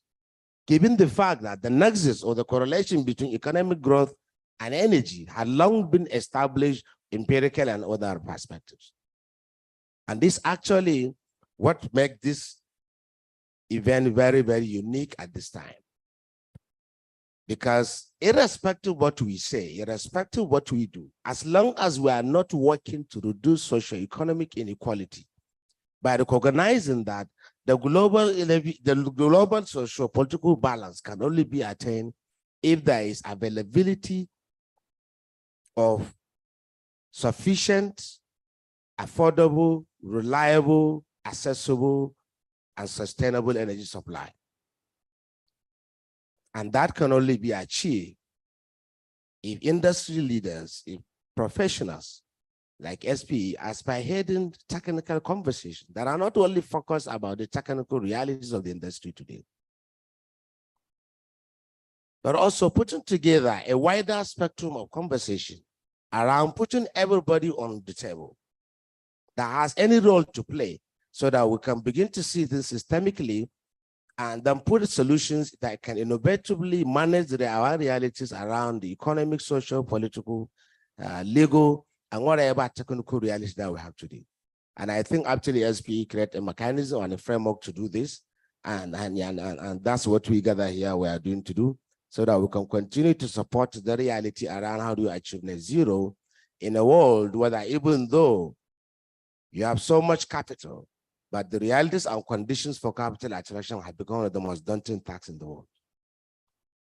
And I have no doubt, like GCO had mentioned earlier on, the problems of Africa and the problems of Nigeria are purely African and Nigerian. And it is only ourselves that can collaboratively put ourselves together, be innovative, think around the box, and create solutions that are unique to us, that can actually change the narrative of our people and put us on the course of shared prosperity. So ladies and gentlemen, from this contractual framework, I will just start ahead, go and read the speech of my CC. Of course, it gives me a great honor to deliver the address at this year's Olibiri Lecture Series and Energy Forum. In this year's theme, Effective Gas Resource Utilization, a lever for enhancing energy security, facilitating transition, and achieving net zero goals in Nigeria, is pretty hard, considering the exigency to optimally manage our environment, deal with challenges of greenhouse gases, while harnessing fossil fuel for energy security and economic sustainability. Distinguished ladies and gentlemen, stakeholders, captains of industry, and our international partners, I will be elucidating on the impact of upstream industry regulations as it relates to the theme of the event. And aside from the SPE's mission statement, to connect a global community of energy professionals to exchange knowledge, advance technical and professional competence regarding the upstream industry, and to achieve a safe, secure, and reliable and sustainable energy future. Truly, epitomizes its commitment to share desirable resources, body of knowledge, and expertise globally through meetings and gatherings like the Speolef. Once again, it is worth commenting SPE Nigerian Council for persistently sustaining this workshop since the inaugural edition of the Olibiri Annual Lecture Series held in June 1991. Ladies and gentlemen and distinguished participants, as the theme of this workshop pertains to energy security, permit me to reiterate the position of IEA with respect to energy security, which is the uninterrupted availability of energy resources at an affordable price, dealing mainly with timely investments to supply energy in line with economic development and environmental needs. Arguably, the globe is currently facing energy crisis of multidimensional perspectives, especially with the ongoing Russia-Ukraine war, impending gas supply to European and Asian markets, the quest to transit to cleaner energy for the climate, and of course, meeting with the Paris Agreement, target to reduce emission by 43% by 2030 and to net zero by 2050, aim at reducing or limiting our global temperature levels to around 1.5 degrees Celsius above pre-industry levels. Indeed, the most critical global challenge today is the trilemma reality across the energy industry. How do we provide secure, reliable, clean, and sustainable, and accessible and affordable energy to the teeming global populace? Dominates the discourse. In view of this trilemma, international government agencies and other relevant industry champions agree that a major risk to energy security today is a result of skewed energy transition programs across the world. Most energy transition programs and strategies fail to harmonize the decline in fossil fuel supply and investment with the reduction in fossil fuel consumption. It is obvious that currently the world is underinvesting in fossil fuel to increasing pressure to divest from oil and gas in order to meet their climate pledges. In contrast, renewable energy resources are not growing at a rate that could cover the energy gap created by this decline.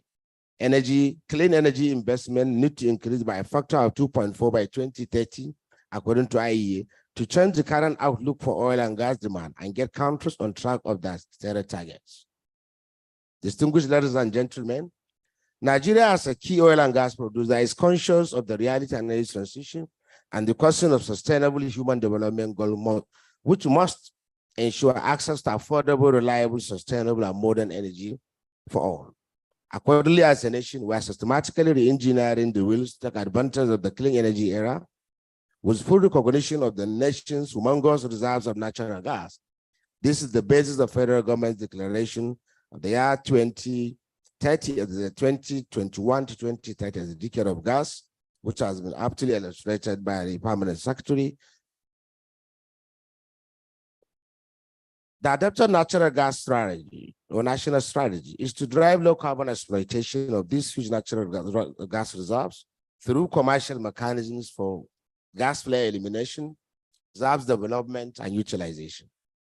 Along with this mandate, as a commission, we drive these levers as we play a role in deepening domestic utilization through fuel switch initiatives to cleaner transportation and cooking solutions, and ultimately supporting a zero energy transition to get the country to meet our intended national retirement aspirations. Ladies and gentlemen,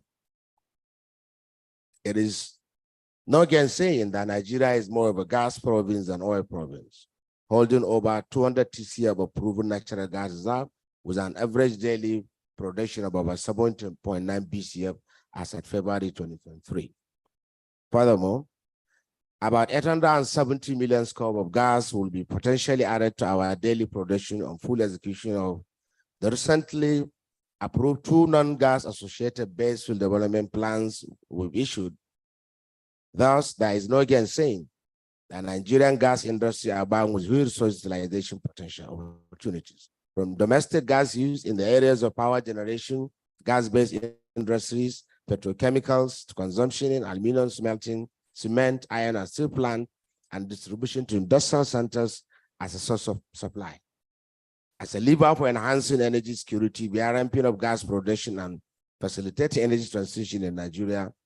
The Upstream Commission, as an enabler of businesses and investments, as enshrined in the PIA, supports government growth initiatives and aspirations through many denting tasks and purposeful programs, and we are progressively demonstrating our commitment to ensure that we create the necessary enabling environment and regulatory framework that will allow and incentivize progressive investments to flourish to support our gas development agenda and aspirations.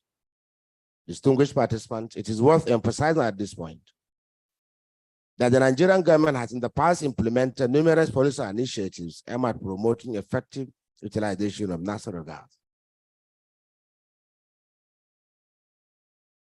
These initiatives sought to develop a robust natural gas infrastructure and expand use of natural gas for domestic utilization. Of course, mainly among them was the national domestic gas supply obligation, which sought to bridge the gap basically because our national demand and supply. In addition, government have basically contemplated the necessary to ensure that lessons that limit the attainment of the full potential or aspirations of domestic gas supply obligation are put in place in a way and manner that it desires to bridge investment gaps and allow industry to basically meet the aspirations as defined. And hence, the creation of national domestic gas delivery obligation as enshrined in the PIA. It is also noteworthy, like the Permanent Secretary mentioned earlier on, that the National Gas Flare Commercialization Program, which is a supportive mechanism to eliminate routine gas flaring through supporting market-based mechanisms to derive utilization, has also come to stay, and we are honestly and assiduously working collaboratively with industry partners and players to ensure that it achieves its intended achievement and objectives. The PIA, which came into effect in 2021, has brought significant requirement for priority regulations and guidelines aimed to effectively produce and maximizing the value of our vast natural gas resources towards supporting industrialized gas-based economy and away from the zero-to rent-driven based economy. And accordingly, as a commission, we have lived assiduously up to this task and has ensured that key guidelines and regulations, which have today amounted to more than 15, have been put on the table and was numerous at our various levels of being gazetted. Chiefly among the ones that aptly speaks to the realities of or the theme of this gathering is the domestic gas delivery regulation of 2022. Which basically seeks to define a legal regulatory framework that obligation in an optimal manner that supports market development while ensuring that there is a transparent mechanism for allocation and then balancing of demand and supply in a way and manner that prices are not government regulated. Similarly, in our quest to support the attainment of our national retirement aspirations and also enhance the ESG requirement necessary for capital attraction for the industry, we promulgated the guidelines for the management of polluting methane and greenhouse emission in upstream operations in Nigeria, These are the bold steps to show our commitment in supporting Nigeria's aspiration to meeting our net zero commitment, but importantly, redirecting and preparing the narrative of our industry towards an enhanced ESG requirement, which is critical to capital attraction to stream investments in the industry. As a country, to achieve emission mitigation and reduction targets defined for the oil and gas industry, which seeks to eliminate routine gas flaring at 100% level by 2030, and future emission and leakages control of methane reduction by 60% by 2030. It is again this backdrop also as a commission that will be made necessary to create the necessary regulatory mechanism to ensure decarbonization of oil and gas upstream operations, and also prepare the industry to an energy transition reality. And as a consequence of that, ladies and gentlemen, the Board of the Commission deemed fit to approve the establishment of an energy transition and carbon monetization department in the Upstream Petroleum Regulatory Commission. This team had assiduously commenced work to ensure that all the necessary legal, regulatory mechanism and instrument required to drive and support the industry's transition and the reality to reduce carbon emission and ensure that we transition in a way and manner that support our aspirations is aptly achieved. Distinguished ladies and gentlemen, let me assure you that the Commission is ever poised to deliver on the mandate ascribed to it under the PIA towards full realization of our energy transition aspirations. The relaunch and ongoing National Gasway Commercialization Program, which is in line with the President's ratification of the Paris Agreement on Climate Change as regards reduction of carbon footprint from the industry's operations and prevention of wastage of valuable resources. As you are aware, the program is scheduled to be completed before the end of second quarter of this year, with the emergence of successful bidders ready to take flare gas to markets through third-party independent commercial mechanisms. As you may be aware, today a total of 300 investors have indicated interest to capture about 49 flare sites and develop monetization projects. However, following a due evaluation process, 139 investing parties were awarded for the qualified applicant status, which entitles them to progress their bid proposals to technical and commercial submission levels. The Commission is committed to achieving the completion of this auction bid process no longer than this quarter, where with the flare sites awarded to technically and commercially competent third-party investors who will have won the bid process. Fellow participants, with the full implementation of the PIA, our nation indeed will witness an effective gas resource utilization leading to enhanced energy security and achievement of net zero emission goals in Nigeria. And to this end, there is a need to leverage the huge gas resources in a more sustainable, value-added, and efficient manner, rather than prevent current practice of just rent-seeking exploitation of gas resources. This aptly aligns with the focus of the PIA to drive value of gas reserves by promoting the use of natural gas and a cleaner alternative with incentive to industries, businesses, and households. Of course, the PIA provides incentive for gas development through a reduction in royalty for domestic supply to about 2.5% instead of the previously administered 5%. Of course, this classically showcases the readiness or willingness of government to fiscally reduce burden for upstream producers to be able to support and ensure the delivery of gas to the domestic market. Like you rightly aware from the infrastructure element also, for end-to-end supply optimization to ensure the availability down to the city gate, the PI also contemplated the midstream gas infrastructure fund to support investment in basically private sector-driven, infrastructure-driven commitment to support our domestic gas development aspirations. So, ladies and gentlemen, let me conclude an assurance that the Commission will continue to work assiduously with all industry stakeholders. We'll continue to work assiduously with all relevant government MDAs. We'll continue to work assiduously with all our international partners and multilateral partners to ensure that we aptly deliver our intended mandate ascribed by the PIA by being absolutely transparent, ensure that we'll apply rules of the game uniformly across board. We drive a rules-based industry, and we are focused as technical and commercial regulators supporting value optimization and harness shared prosperity in the way and manner that the aspirations of government with respect to supporting gas as a destination fuel for Nigeria is absolutely realized, so that we can ensure there is focus to supporting attainment of shared prosperity and driving the nationally determined aspiration of making sure that gas is seen as an energy that is not only energy for the future, but as a driver and integral part of fueling the Nigeria's economy to greater height and to greater prosperity. Thank you very much.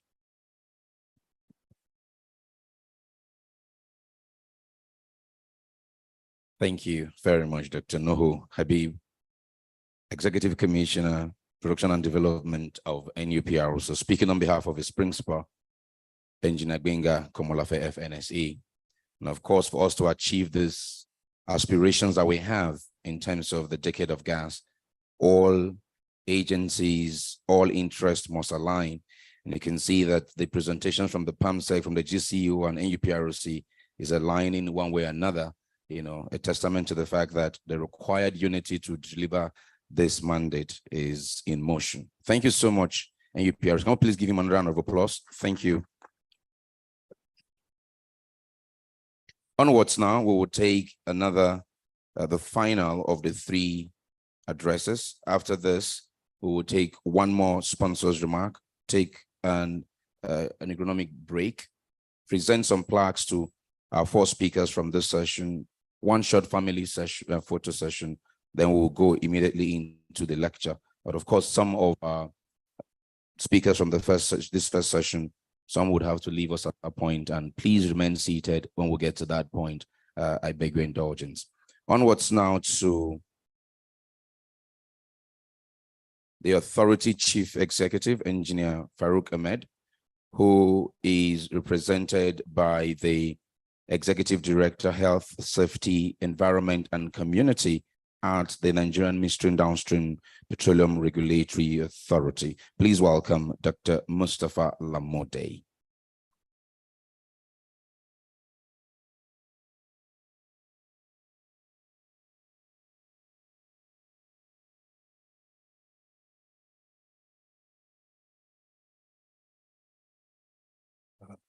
The Permanent Secretary, Ministry of Petroleum Resources, Ambassador Gabriel Tanima Duda, the GCEO of NNPCL, the CCE of the Commission represented by my brother, Dr. Habib Nuhu, other CEO of government agencies and parastatal present here, Captain of Industry, the leadership of the Society for Petroleum Engineering, Engineers, Nigerian Council, ladies of the press, please allow me to stand on existing protocol. My name is once again Dr. Mustafa Lamurde. I'm the Executive Director, Health, Safety, Environment, and Community of the Authority. Here representing my boss, Engineer Farouk Ahmed, the Authority Chief Executive. So I'm going ahead to read his speech. It is my profound honor and privilege to deliver the keynote address to this esteemed audience at this gathering of eminent industry practitioners and stakeholders in the Nigerian oil and gas industry at this 32nd Society of Petroleum Engineers Olebri Lecture Series and Energy Forum, OLEF, on whose account we're all gathered here today. I must congratulate the organizers of this event, whose efforts and commitment to value creation have over the past edition provided a platform for government actors, policy and decision makers, executive and the public to contemplate and elaborate on policy directions. The chairman of the board, top management, and the entire staff of the Nigerian Midstream and Downstream Petroleum Authority, the Authority, are proud to be associated with this illustrious organization whose ideals of enabling the industry to meet the world's energy demand in a safe, environmentally responsible, and sustainable manner are in alignment with those of the authority, which include providing opportunities and enabling businesses in the midstream and downstream of the Nigerian oil and gas sector. This year's theme, effective gas resource utilization as a lever for enhancing energy security and net zero emission goals in Nigeria, is not only apt but timely in view of the current event on the global stage and the international energy dynamics. Furthermore, as we are in a critical operationalization phase of the PIA 2021, this discourse will serve as a platform to highlight some notable action and strategies by the authority towards enabling and optimizing our midstream and downstream gas value chain. The big question is, how will the midstream and downstream policy instrument drive and optimize value from our gas resources to ensuring energy security while also addressing the pertinent environmental sustainability issues? That Nigeria is endowed with enormous gas resources currently estimated at about 209 trillion cubic feet. It's not newsworthy anymore. What's newsworthy and paradoxical, however, is that for a country with abundant natural gas resources, we have continued to grapple with an energy crisis. This therefore means that as a nation, we must begin to seek more ingenious ways to unlock the vast potential from our natural resources by creating an enabling environment through framing and formulation of policy instruments and legislation that will specifically address the peculiarity of Nigeria's energy trilemma of security, affordability, and sustainability through three core areas. 1, finance and investment. 2, in-sector diversification. And 3, indigenous capacity development, finance and investment. To ensure an energy secure nation, concerted effort at all levels of government must be made to ensure that the availability, affordability, and reliability of the energy is guaranteed by finance and investment in the gas development value chain, particularly when it comes to infrastructure. A recent effort of the government via specific policy initiative and growing improved business environment targeted at gas development and optimization has resulted in the recent financial closure of landmark deals and major capital projects of over $15 billion. This includes the NLNG 37, the AKK pipeline, which the GCU has mentioned, the Asanot or Haji South Development Project, and the OB3 pipeline, among others. To cater for the gap in infrastructure in many parts of the country, the Midstream and Downstream Gas Infrastructure Fund, MDGIF, created by the PIA 2021, which is domiciled in the authority as a directorate, is a key lever and enabler of de-risking investment in the midstream and downstream gas value chain, basically through natural gas processing, transportation, storage, and deepening domestic utilization through partnership. In-sector diversification. In related development, the concept of in-sector diversification must take an added impetus in the industry for economic sustainability and growth. Although economic diversification, which entails the expansion of other sectors of the economy, is being driven by government, the oil and gas sector itself must look inward and leverage its potential. In-sector diversification is central to grow the industry from an export-based industry to an integrated oil and gas economy with in-country value addition. In addition, indeed, an economy where the proceeds from the oil and gas is used to stimulate industrialization with attendant positive impact on job creation, youth empowerment, poverty eradication, and infrastructural development. Indigenous capacity development. Furthermore, there is a need to build a credible and competent indigenous capacity in the oil and gas industry sector that will compete globally. Let me reiterate that the real development comes from within, that's inside out. As such, the growing participation of Nigeria in the development of the nation and the continent is the direction for sustainable economic development. We must take our destiny in our hands. Today, Nigerians, independent and indigenous companies are taking the center stage in expanding domestic refining, dome gas supply, and gas-based industrialization, a gradual departure from the export-centric strategy. Accordingly, our policy instrument, which is basically our regulations and guidelines, are designed to promote deliberate action that promote the indigenous capacity for overall economic stability. The MDGIF, which I had earlier mentioned, is also a deliberate policy designed by the federal government to encourage local participation in the gas-based industrialization. We acknowledge that some modest gains are being recorded in terms of the development of refineries, petrochemical plants, gas-based industry, and allied infrastructure. However, we believe there is still a lot of untapped opportunities in the midstream and downstream gas value chain. Yes, for us, it should be a revolution, an aggressive change of our mindset to grow in-country capacity for the midstream and downstream infrastructure and the basis for oil and gas industrial revolution, which is critical to fostering the economic stability and growth of our nation. At this juncture, this permits me to highlight the role of gas as a vehicle for energy security and a catalyst for the attainment of our net zero emission goals in the oil and gas sector. Gas is a resource with many facets. Gas is power, gas is fuel, gas is food, gas is industry, gas is product, gas is development. In order to fully activate this benefit for deliverable value addition to the Nigerian economy, the authority has drafted 20 regulations which will unlock this benefit once operationalized. I'm glad to tell you that 12 of these regulations have been gazetted, while 8 regulations are still undergoing various stages of regulation drafting and review processes. I won't bore you with the 12 regulations, but it's worthy of mention that out of the 12 regulations that have been gazetted, 5 of them are gas-based. So we have the natural gas pipeline tariff regulation. We have the gas pricing, domestic demand and delivery regulation. We have the gas distribution system regulation. We have the gas trading and settlement regulation, and we also have the midstream gas flare regulation. In addition, we've drafted the greenhouse gas emission in the midstream and downstream, and it's just about to be signed up by the authority chief executive. We are confident that sustained focus on the above 3 core areas, finance and investment, in-sector diversification, and indigenous capacity development, together with other measures that will be profiled by other eminent speakers and discussants at this event, will also offer, reiterate, and enhance our position on energy security and environmental sustainability.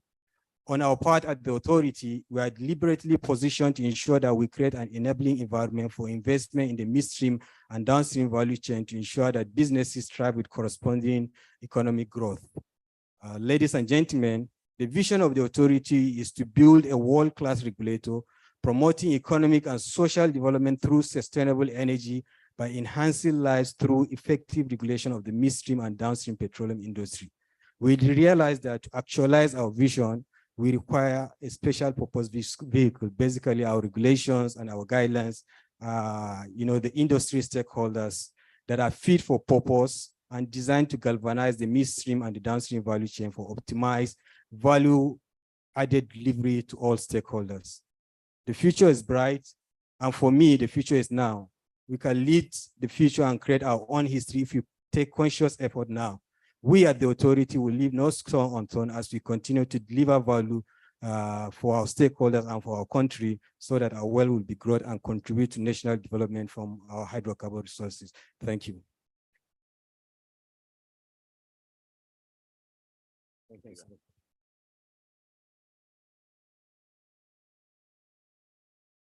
Thank you.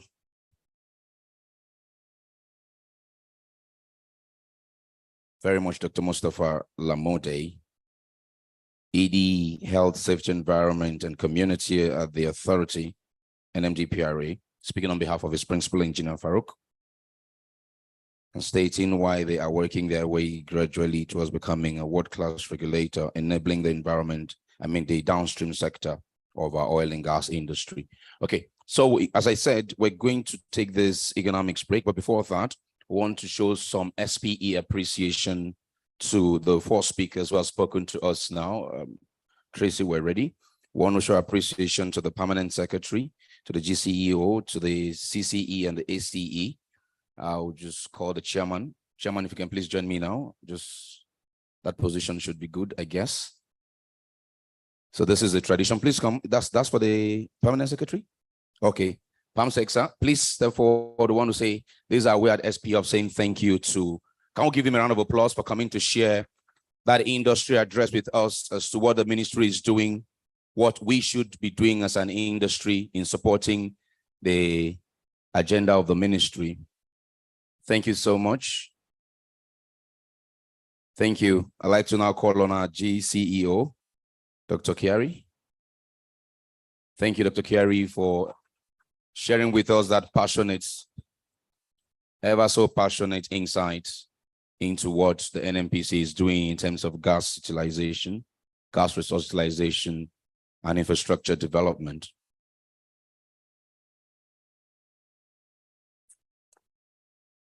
I'd like to invite the CCE, represented, of course, by Dr. Nuhu Habib. Dr. Habib, please step forward.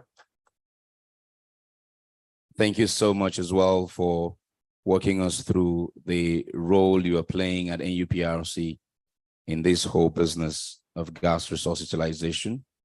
We're extend our warmest regards to the Commission Chief Executive. Thank you so much. Of course, we want to now invite the ACE's representative. Dr. Amode, please, come on, put the hands together. Now, the event is just starting.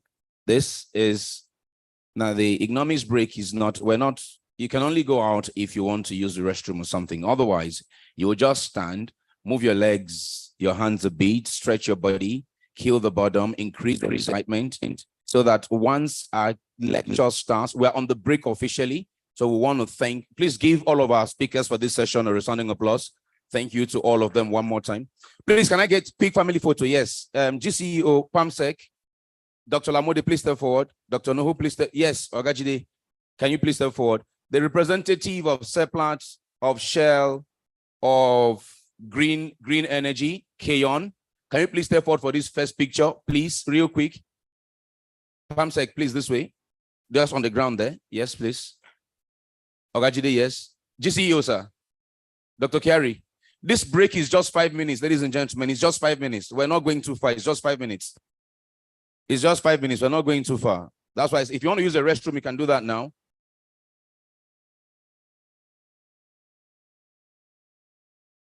If they go back, wouldn't they be too tall? Wouldn't it be?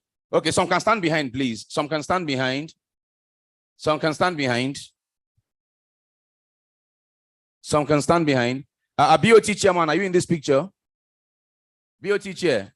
Okay, cool. Dr. Nehi, Engineer Nehi, I say Dr. Nehi. Engineer Alec, please, sir, you can also come into this picture. You all are the life wire of this noble society. Yes, Vice Chairman, please go ahead. Thank you very much. You are all the life wires of this noble society, and we need you there. Madam, please come. If there's any discussant not in this picture, you can join now. Discussant for the panel. Mr. Mijin Yawa, I hope you're in the picture as well. Okay, fantastic. Please go ahead. Take the picture now. All right. Okay, we have it. Thank you very much. Please, one more time, give them a round of applause. Our first set of speakers. 11:45, we will continue with the session with the guest lecturer.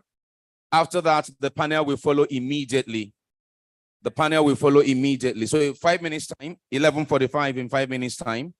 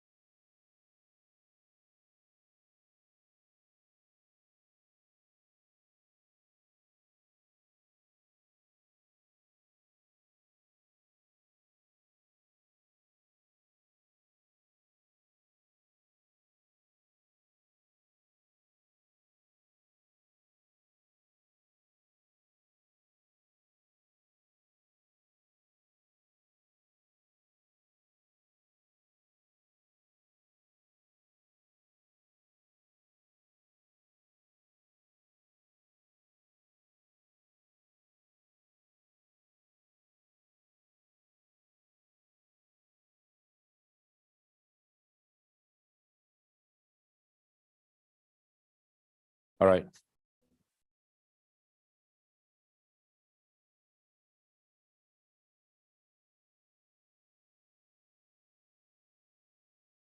Can we please take our seats now? Thank you very much. Thank you, technical. Let's please take our seats.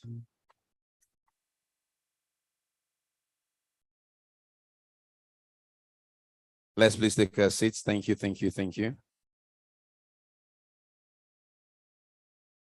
Let's please take our seats. Please, can we take our seats? Thank you very much. Thank you, thank you, thank you.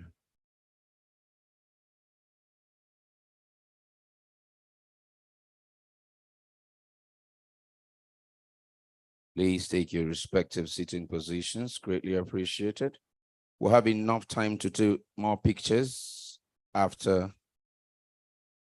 the panel session.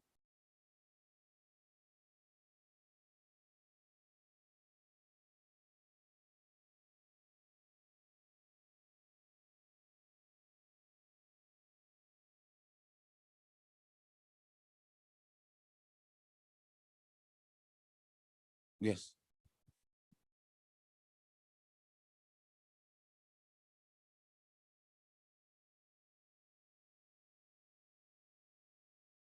Please, can we take our seats? Thank you very much. Take your seats. Thank you. Thank you. Thank you. Thank you. Thank you. Thank you.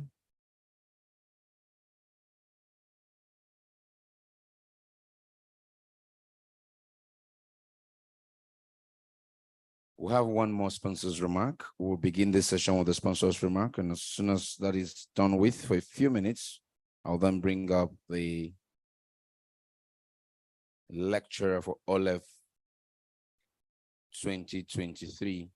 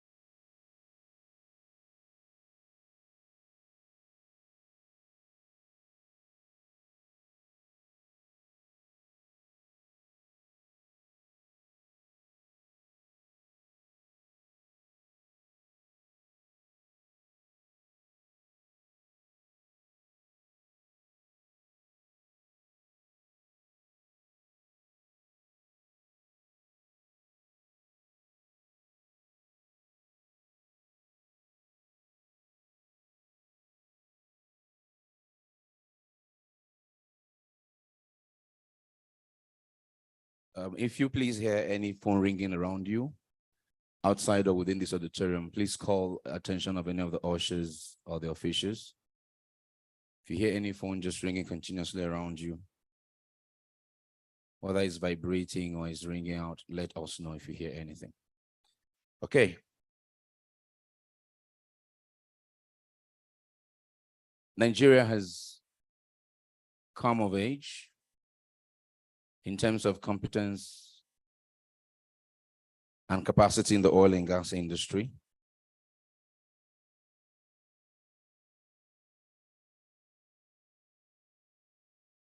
Just now.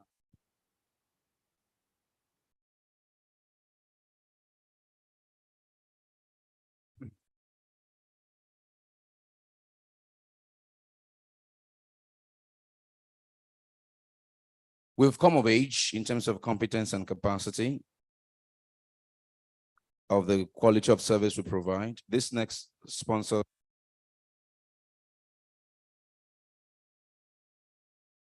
advancement that we have made in terms of capacity and the utilization of the same.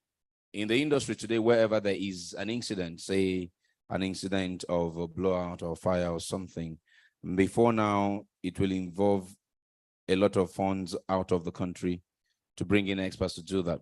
But this one Nigerian company has developed experts in that regard, and he's been solving problems of that nature for the industry efficiently and cost effectively. They are one of the sponsors for this year's OLEF, as they were last year. I'd like to now welcome the Managing Director and Chief Executive Officer of Keon International West Africa Company Limited for their short sponsors remark. Victor Ipeyong.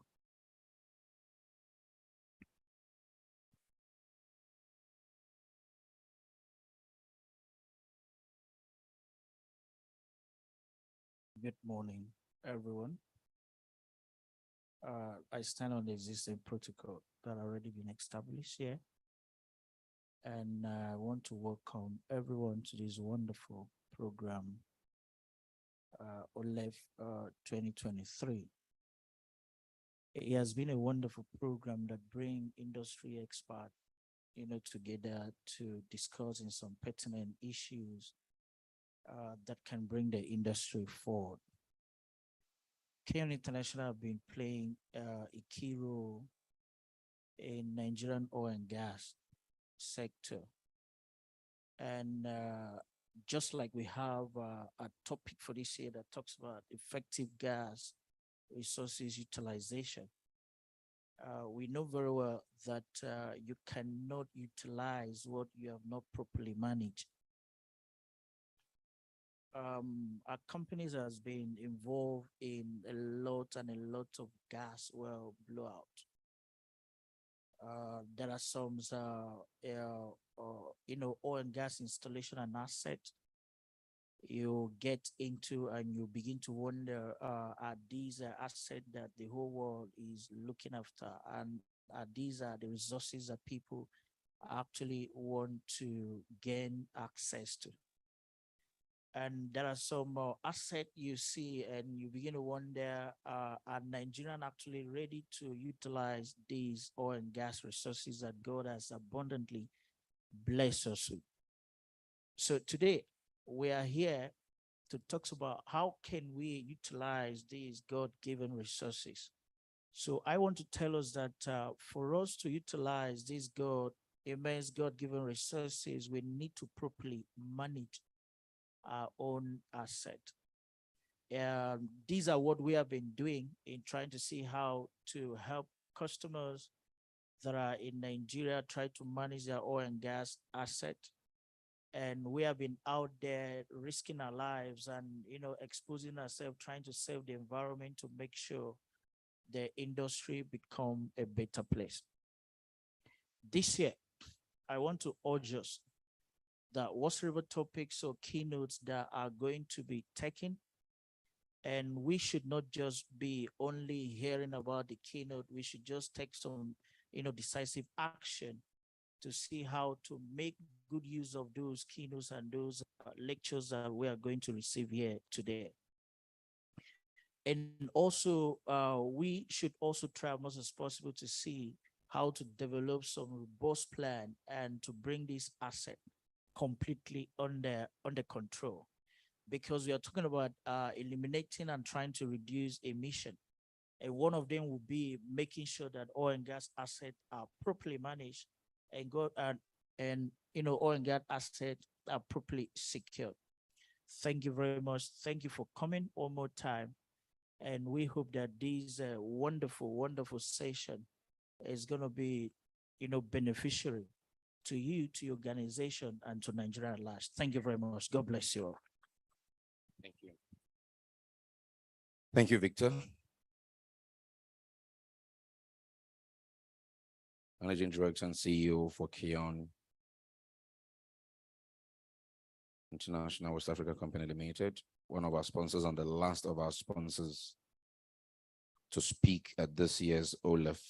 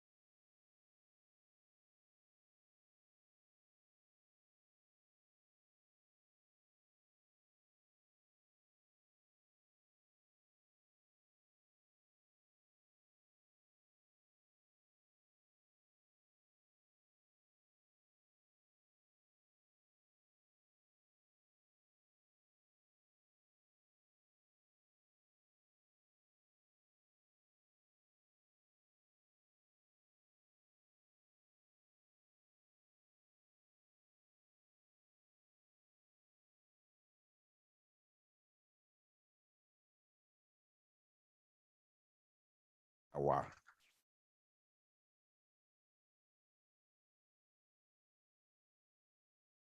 Thank you, Richmond. It's Felix. You're here, right? It's a clear case of setup. Yeah, first of all, putting me after all those titans of industry speaking. And then now with this introduction. But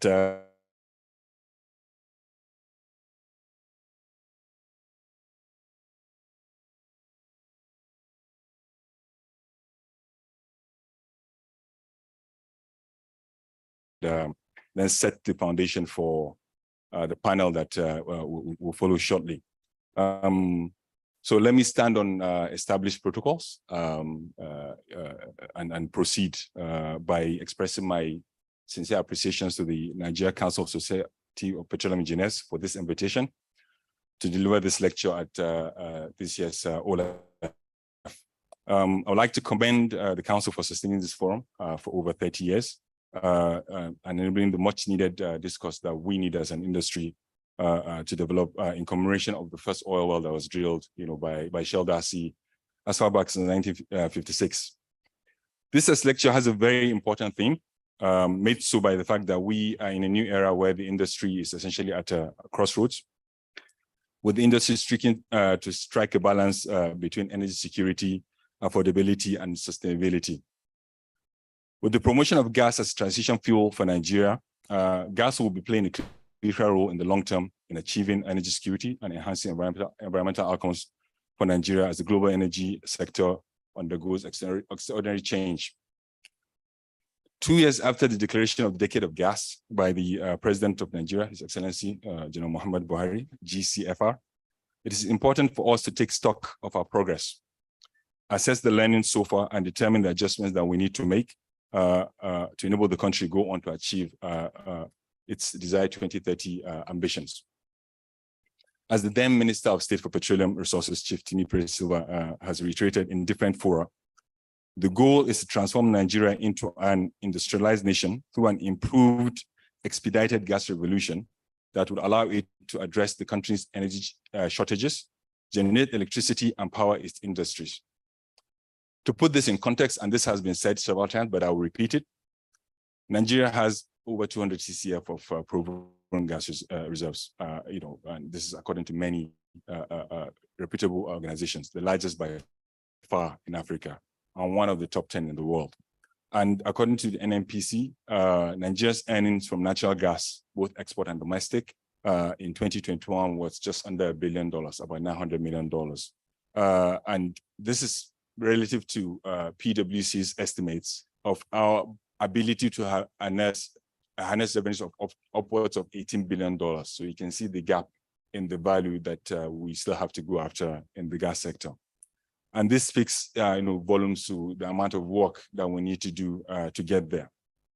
It is thus imperative that we effectively utilize these gas resources for the country's economic prosperity, more so given the global drive towards net zero emissions, and knowing that per unit energy delivered, natural gas combustion emits about half as much CO2 as coal and 30% less than oil, and then, of course, emits fewer pollutants. Therefore, it's no surprise that global natural gas demand has increased by more than 50% over the last decade, according to data from the International Energy Agency. The IEA defines energy security as the uninterrupted availability of energy sources at an affordable price. Natural gas increases the diversity of our energy sources, reducing vulnerability to supply disruptions with rising oil demand and the resulting price instability, as we've seen since the beginning of last year. Therefore, the effective production and utilization of Nigeria's natural gas resources is a key step towards achieving energy security. So let us now delve a little bit into the lecture's theme to examine the current state of natural gas utilization in Nigeria and the challenges, which also present opportunities to enable effective gas utilization. So first of all, understanding the gas value chain. Nigeria's gas value chain cuts across the three core segments of the gas setup. That's up, mid, and downstream. Various players operate along the value chain, ranging from oil companies that extract gas during oil production to natural gas producers, petrochemical firms, power generating companies, regulatory agencies, as well as industries and household consumers. Natural gas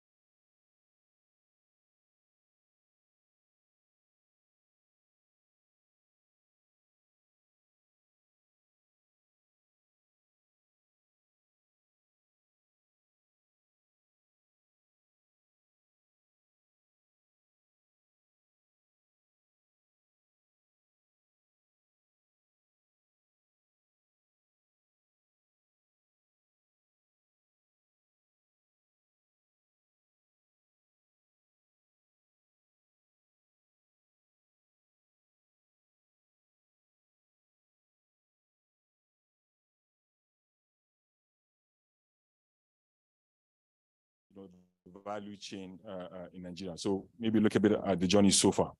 And it will be important to know that despite the progress we've made over the past few years in gas utilization, like I mentioned, if you look at the value gap between $1 billion and $18 billion, there's still so much more work we need to do in this space. There's a report that suggests that Nigeria's decade of gas policy has so far underperformed, despite some of the progress that is made, and delivered only about 5% to date of its ambitions, compared to a target of about 85% annual growth. And so let's look a bit more into the current on that. So if I start with gas for exports, we export about 17 million metric tons of NLNG annually, which is critical for our foreign exchange earnings. The NLNG Train 7, which took FID in 2019, as has been mentioned by a number of previous speakers, will increase production capacity by some 35% from the current 22, and so take it up to 30 million tons per annum. The project is anticipated to create more than 12,000 jobs during construction, and on completion will help to further diversify the federal government's revenue portfolio and tax base. Now moving on to gas to power, about 83% of energy used to generate power in Nigeria today is currently derived from gas. That's a significant number. Presently, we have about 21 gas fired plants with a combined installed capacity of some 11 gigawatt. The total gas requirement to run all these plants at full capacity is around 3 BCF. And from the numbers, we don't even export that much. So you can see that there's still quite a bit to do. We also expect that in another 20 years or so, there will be another 55 power plants. Transmission master plan by the Transmission Company of Nigeria. And these plants will require another 5 BCF, to generate an additional 19 gigawatts. So there's a lot of demand in the pipeline. And thirdly, if we look at gas for industry, the petrochemicals and fertilizer industry present a significant opportunity for gas utilization in Nigeria. The Nigerian agricultural sector, which is probably the largest, or at least one of the biggest contributors to GDP.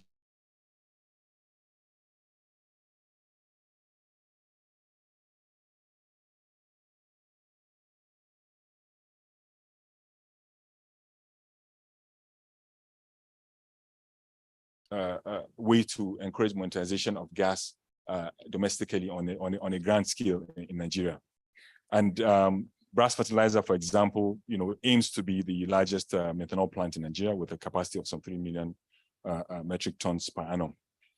There's also the Indorama Fertilizer plant, which is also in the works and also set to add to that demand. Fourthly, if we look at gas for homes, We have had significant increase in LPG plants in Nigeria over the past few years. However, only about 600 kilotons, that's 600,000 metric tons, or about 40% of the 1.4 million tons per annum that we actually consume is produced locally. So we paradoxically import some of our LPG, despite the huge gas resources that we have. And this is despite the NLNG, taking a very patriotic step over the past 2 years to actually direct more of its LPG to the domestic gas market instead of exporting it. So there's quite a bit of work to do there to improve both availability, but also affordability of liquefied petroleum gas for domestic home use. Now, on the regulatory front, we've got promising signals in the new legislation. The PIA, as been mentioned by the authority chiefs that spoke earlier. It creates a midstream and downstream gas infrastructure fund to enable government to make equity investments in infrastructure that will increase domestic consumption of natural gas and encourage private investment, and hopefully reduce and eliminate gas flaring. The new law also updates the previous domestic supply obligations to ensure that gas gets to producers from producers to points of use. So more and more of the upstream producers have obligation to supply gas to the domestic market and not just the export gas market. The PIA also adopts the framework of the pre-existing network code to enhance domestic gas distribution and establish a fiscal framework for gas that was previously unsettled. So we've got all of the legislation that we need now to go, as Dr. Lamurde mentioned. However, there's still many areas that require implementation, and it will take an actionable plan to fully deliver on the intents of the legislation. So we've got all the legislation. Dr. Lamurde told us that 5 of the 12 gazetted legislation so far are gas related. So we've got demand in the pipeline, but we need to turn this into action, like the NNPCL CEO said, from PowerPoint to actually doing. And so like many commentators will remark, often in Nigeria, it's the doing that is the challenge, not the planning. So how do we get from planning to doing? Hopefully we'll hear a bit more of that from our distinguished panelists. So I'll talk a bit about some of the challenges now and opportunities before I round up. There are myriad challenges plaguing the sector, and they have prevented the country from reaching potential in gas resource utilization. Just like I mentioned, importing LPG when you have 200 TCF in reserves. And some of these challenges are peculiar to end users, some are from the upstream, and I'll just talk about a few of them. And, they're not new and have been mentioned by a few of the previous speakers, but I'll still highlight them. So we talk about poor infrastructure. There's severe shortage of infrastructure for gas distribution, pipeline for gas transportation, and also road and rail backup as well is lacking. And this limits the availability to get gas from producers to customers. And we can see this in the power sector as well, with the rather slow pace of uptake of gas to power. Security, I think the NNPCL CEO mentioned that. Poor security architecture across the country makes equipment and available infrastructure susceptible to sabotage. This makes for lower availability because more downtime in equipment, increased construction and operations costs, which then affect project competitiveness. So it's a triple whammy effect, if you like. Then you've got the upstream challenge, which again, the GCU referred to, which is part of the dilemma we have in terms of navigating the transition, where a lot of lenders are reluctant to give more money to upstream exploration and production activities. And then what that does is it limits our ability to fill the funnel of projects, and then makes energy even more expensive. So if we are not careful, it gets into a vicious cycle. So that's one area that we need to think creatively. How do we get around that? Either, we find creative ways to comply with ESGs, or we think of, how do we generate stronger cash flows to actually fund our own exploration and production activities.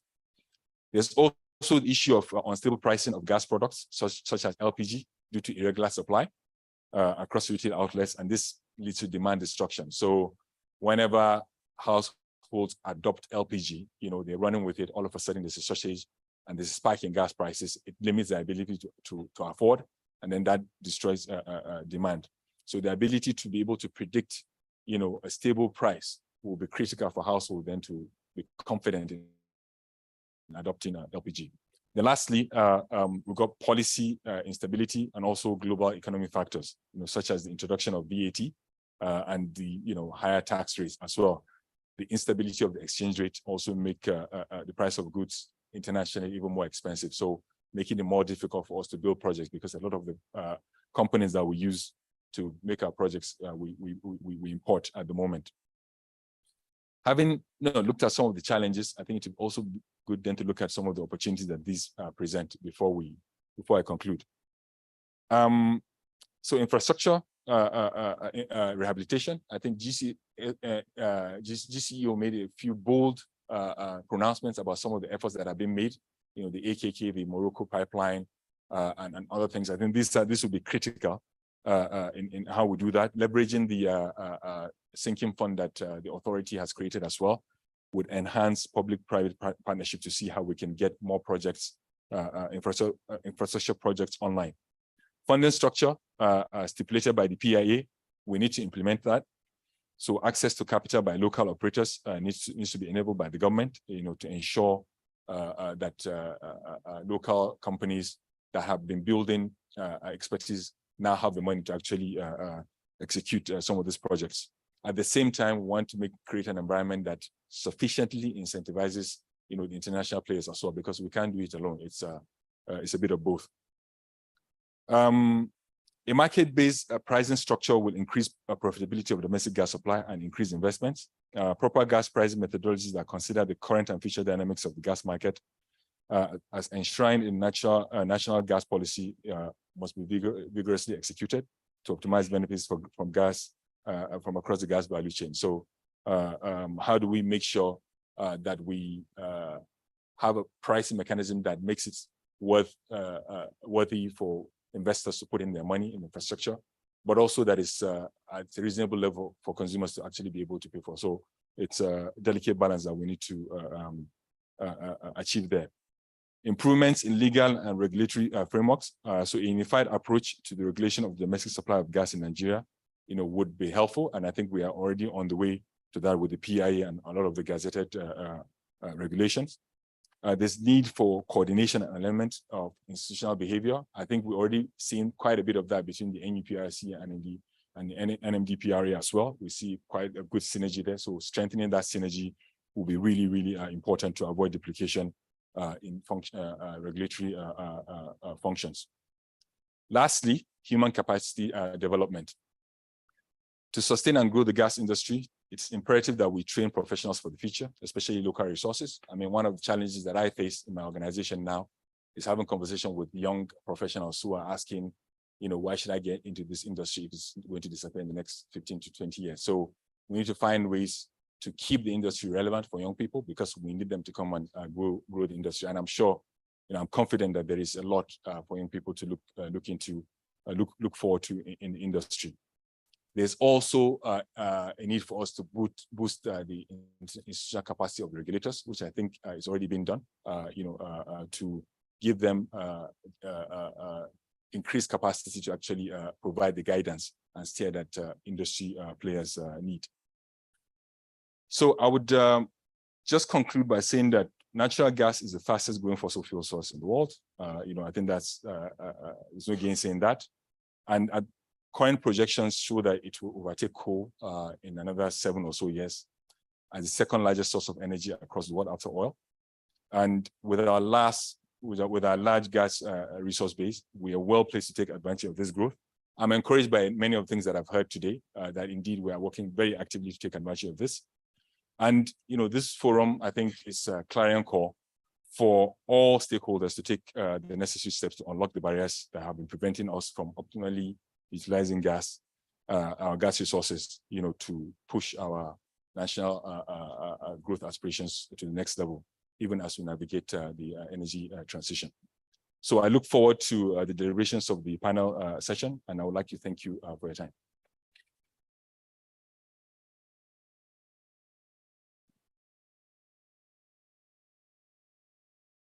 Thank you very much, Mr. Abdurrahman Mijinyawa, the one they popularly call AR. He has set the tone, and I will not waste any more of your time. Just bring up the panel who will do justice to the conversations. Let's welcome first moderator for the panel, partner Zero Advisory and Consulting, Engineer Joseph Mwakwe. You're welcome, sir.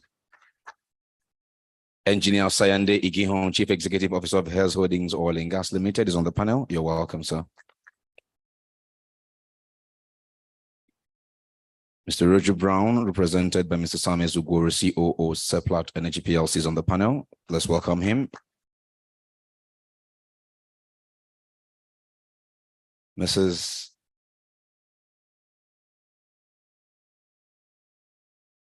Kanayo Awani, Executive Vice President, Intra-African Trade Bank of Afrexim Bank, is on our panel. Representing her on the panel is Manager Client Relations for Afrexim Bank, Adeni Olukoya. You're welcome.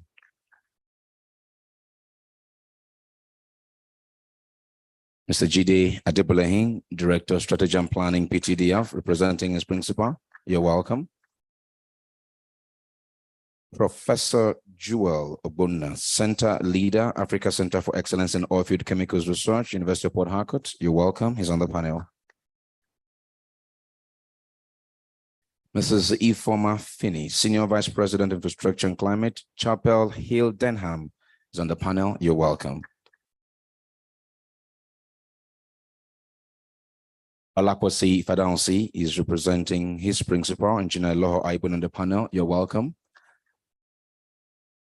While we were taking pictures, someone took Olakwasi's 2 phones. So I pray they find him. Please, I hope you're settled enough to do this with us. When a phone goes missing, it's not about the phone. We all know it's the content you have on the phone. So please, and that happened just when we're taking pictures. Just get up, take picture, go back.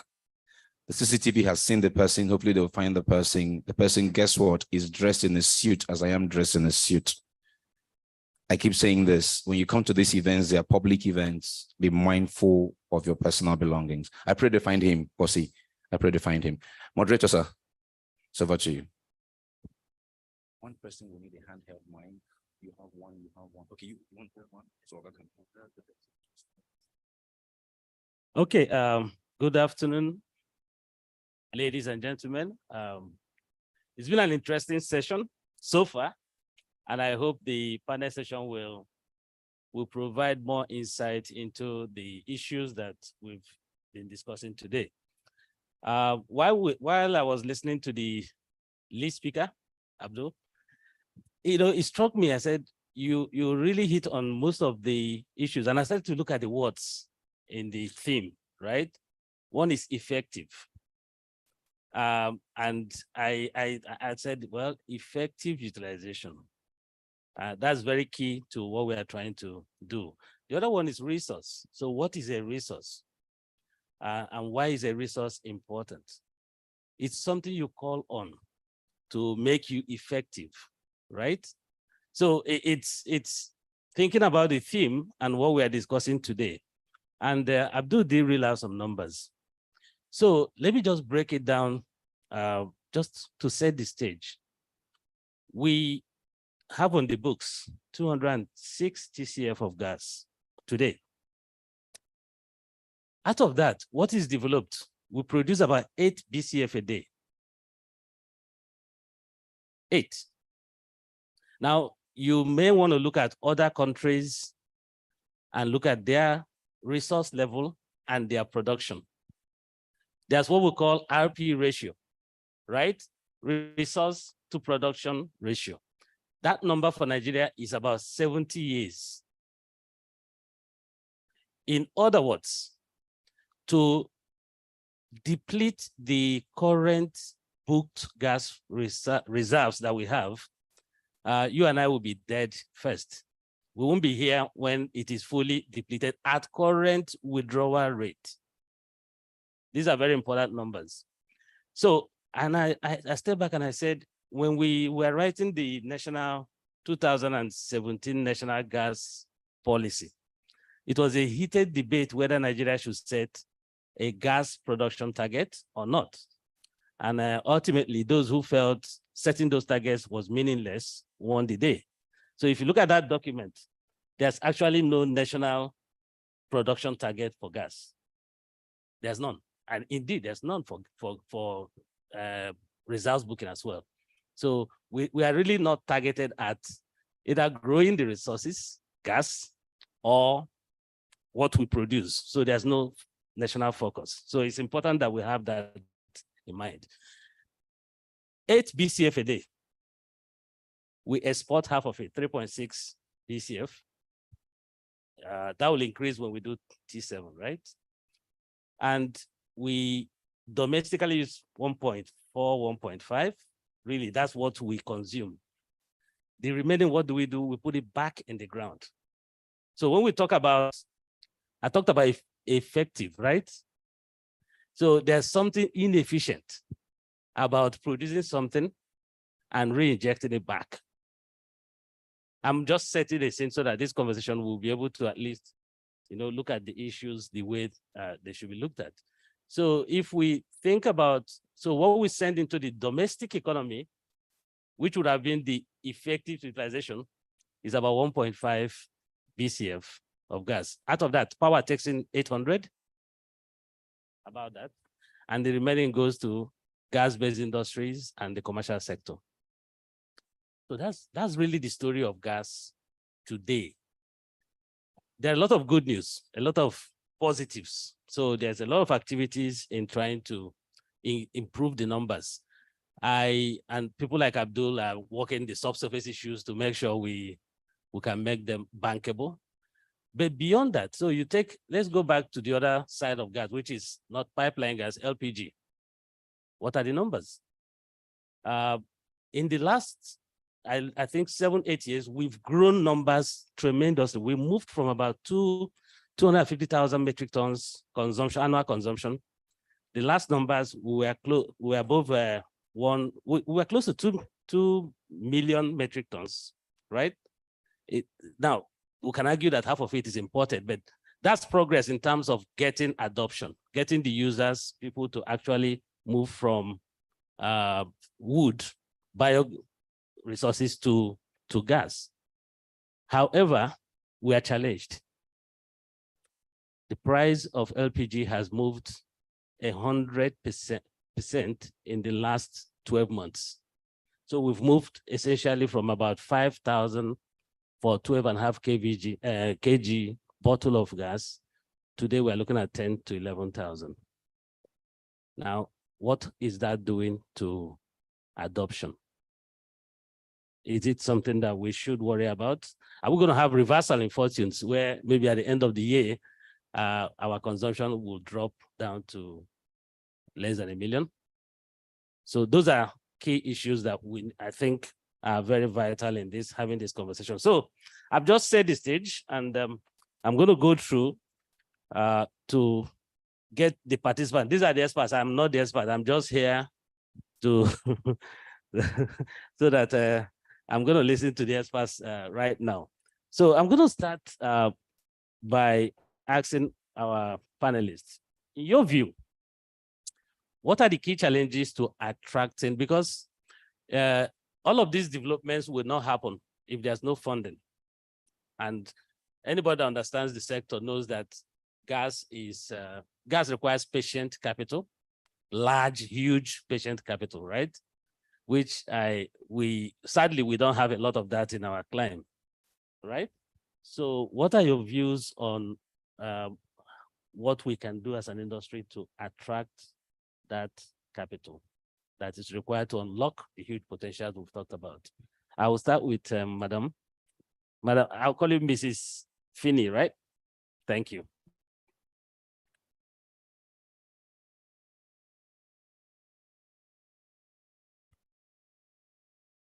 Good afternoon, everyone. I think first of all, I'd like to thank the SPE Nigeria Council for the invitation to speak. I'm very honored to be on this stage.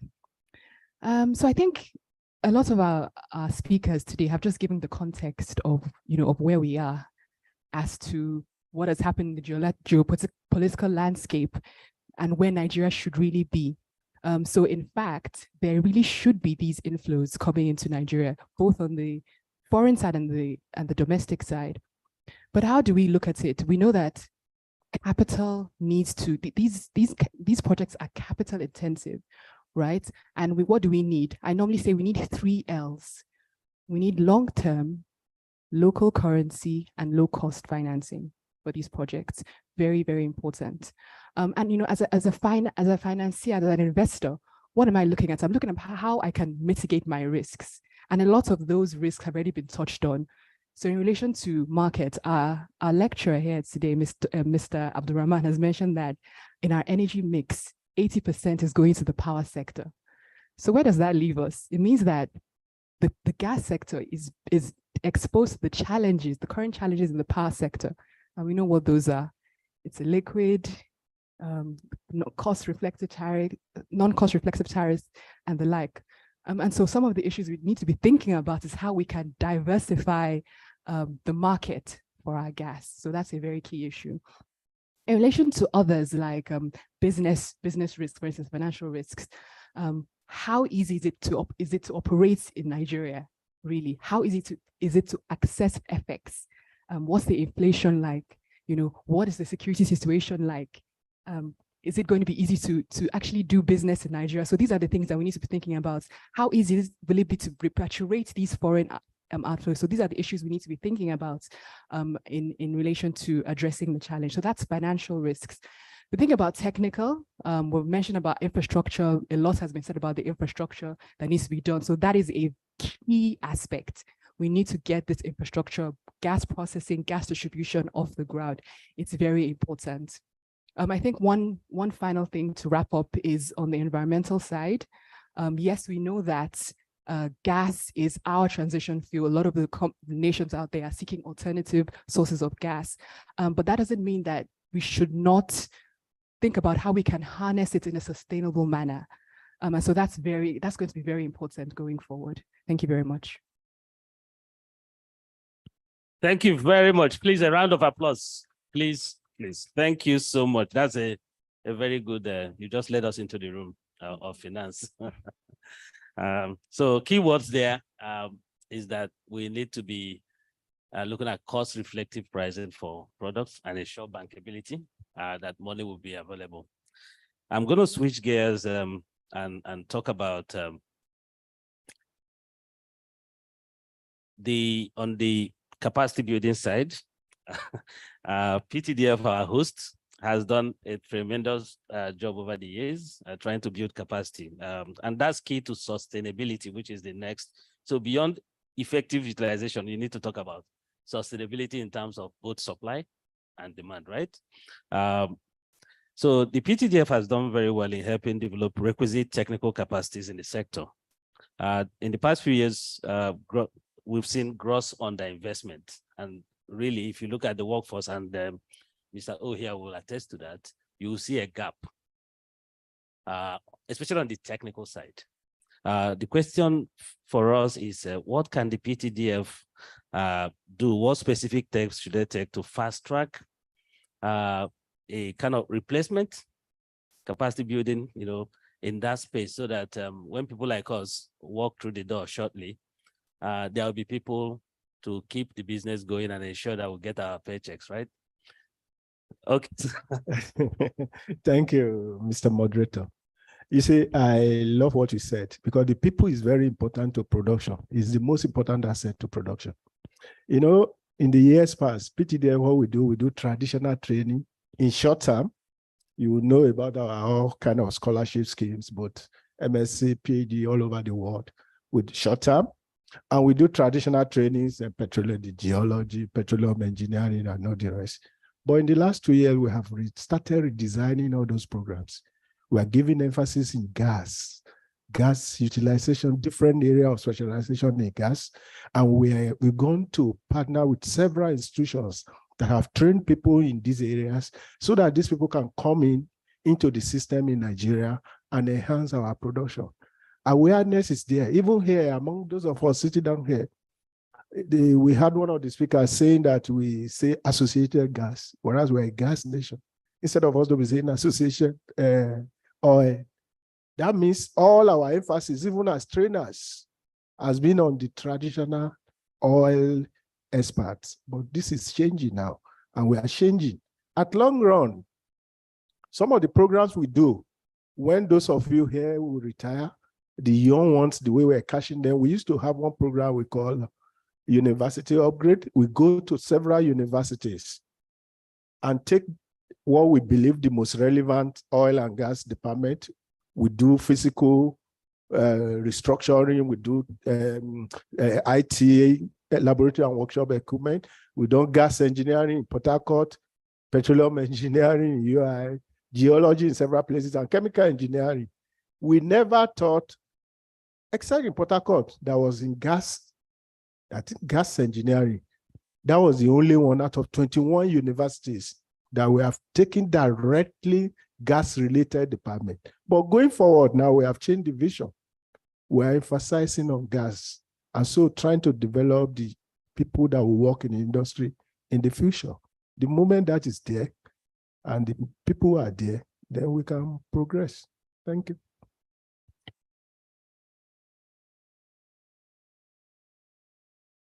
Thank you so much, Ogajide. Thank you very much for that insight. And we hope we're able to build capacity fast enough to replace the aging stock. Now, Nigeria has been designated, gas has been designated a transition for Nigeria has huge resources and actually massive potential because we've never really explored for gas. How might we accelerate the exploration and development of more gas resources to not only serve our domestic requirements, but take advantage of the opportunities that the energy transition and, of course, the ongoing Russian-Ukrainian war presents? I will go to Sam. Yes.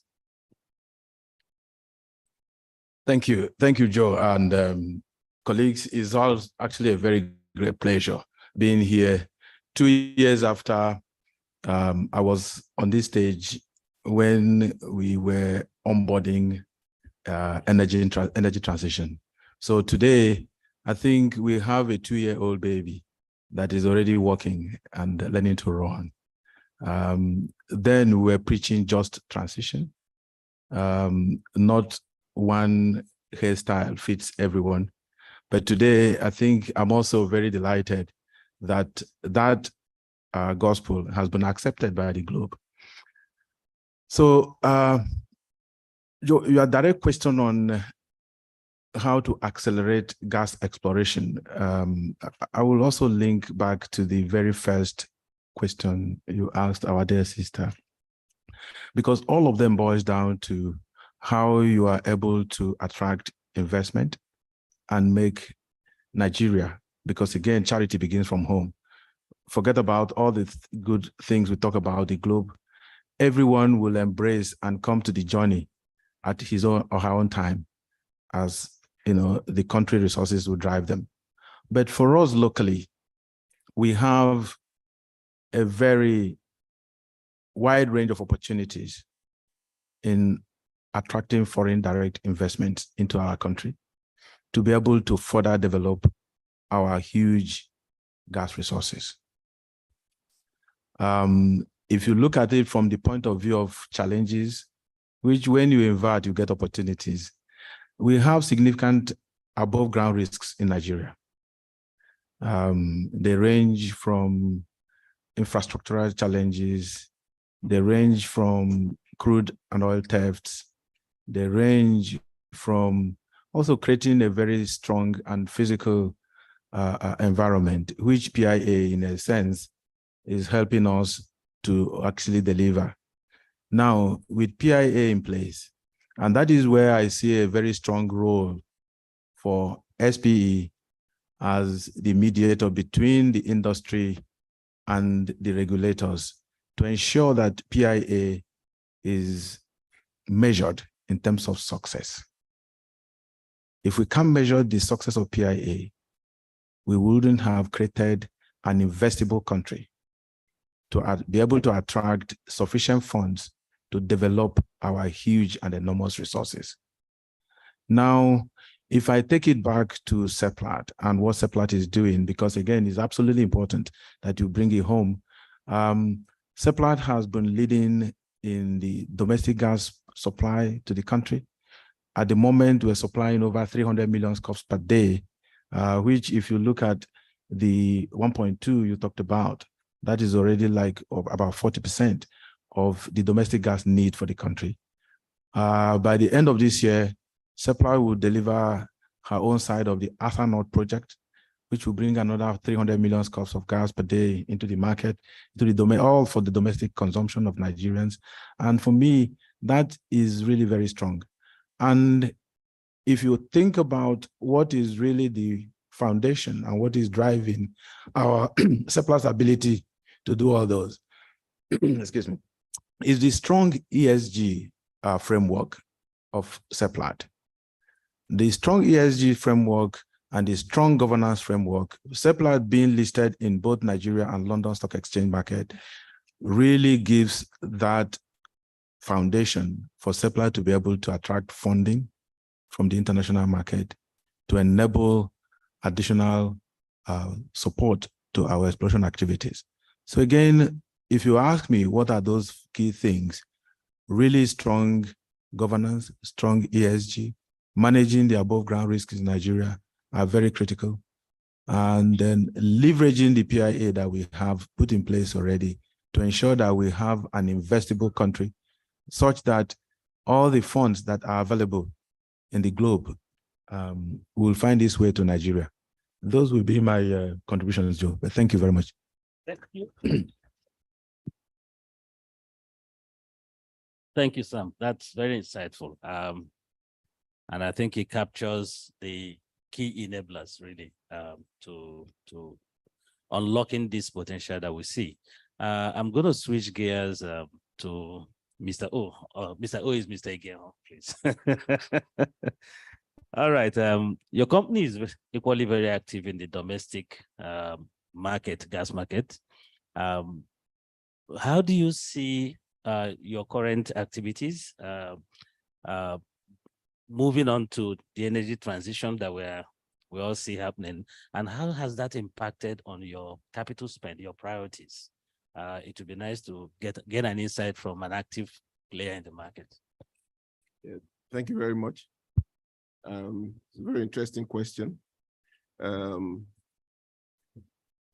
think I'll have to provide a bit of context to my comments because our views on this is not mainstream. So Hess Holding Oil and Gas is a company that is very focused on addressing Africa's energy needs. So that is the central core of our mission, and that drives all what we do. So since inception in 2021, we have doubled our gas production, and all our gas goes into the Eastern domestic market. A plant that was being built by the previous operator for over 10 years, we took it over, and in 9 months, we completed it and put it to stream. And it was 80 million scopes. But importantly, we have been able to, for a fraction of the cost and using very effective and simple engineering, expand the capacity of that plant from 80 million to 120 million scopes. So when we talk about, domestic gas supply, and we talk about the whole conversation around energy transition, I think we need to have a bit of the foundation first before we start talking about what our priorities are. I think a few of the core things we need to recognize is that when we talk about energy transition, it's around changing the energy system to avert the climate change and the climate effects. But we have to put into context that Africa only contributes and historically contributes less than 4% of the global emissions. And Nigeria contributed and is contributing today less than 1% of the global energy emissions. So there are others. China contributes 23%, the US contributes well over 15%, the EU contributes well over 15%. So we need to put that on one hand. On the other hand, it is estimated, there are lots of different estimates, but it's estimated that maybe 1 billion people in the world don't have access to modern energy, so electricity. And there are different numbers that say between 600 and 800 million of those are in sub-Saharan Africa. Yeah. So when you boil it down, and a recent report from the Rural Electrification Agency, I think so, the 2020 report, stated that 90 million Nigerians don't have access to electricity.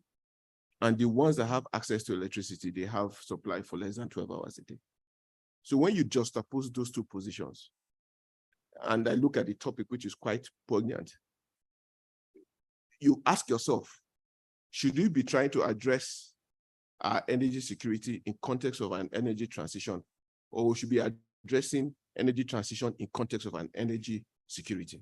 So for me, the conversation we should be having as a country is about energy sufficiency. And the cost of that journey, energy transition, is secondary and it's a subset. That needs to be established because we are almost playing a game for somebody else rather than playing our own game. So it's very important that we establish that. So when we now take that forward, I would now say, okay, so what will it take to increase gas production to get to the market? As a company and as individuals, we are very outcome focused. We talk about the impact we make and not the activities we do. So if you look at the paradigm of energy today, or the oil and gas industry, and even a lot of the systems that are built in the country today, it's very monolithic, large scale. So if you take power as an example, it's large scale gas plants, takes 5 years to build, huge, billions of dollars. It's large scale power plants, takes many years to build, billions of dollars. It's large scale transmission systems that takes billions of dollars to build and to maintain. It's large scale distribution systems, which we all know it has metering issues, there's quality issues and stuff. So if you want to take that route only, addressing our energy needs is going to take years, it's going to take decades. So, and I think of that as the landline. If everybody who old enough remember that there was a time in this country that we had landlines, and we only had 200,000 lines of them. And that's a top-down approach. For us to achieve what we want, if we are outcome focused, there needs to be a bottoms-up approach, which is looking at a more modular and scalable approach towards gas plants, power plants, mini grids that are more direct and that addresses energy and addresses the energy challenges we're having in a matter of months and in a matter of 1 or 2 years, not 10 years and billions of dollars. I think that approach will de-risk the capital requirement, but it will require significantly a difference in thinking in many things. If I give 2 examples of what we are doing in that space, so we are talking with a provider to take the flare gas out of some of our fields that are not in the gas flare program and convert it to power. And we are talking about, and provide that power to communities around us. And we are talking about something of 6 months to 9 months time frame. That's the kind of thing we are talking about.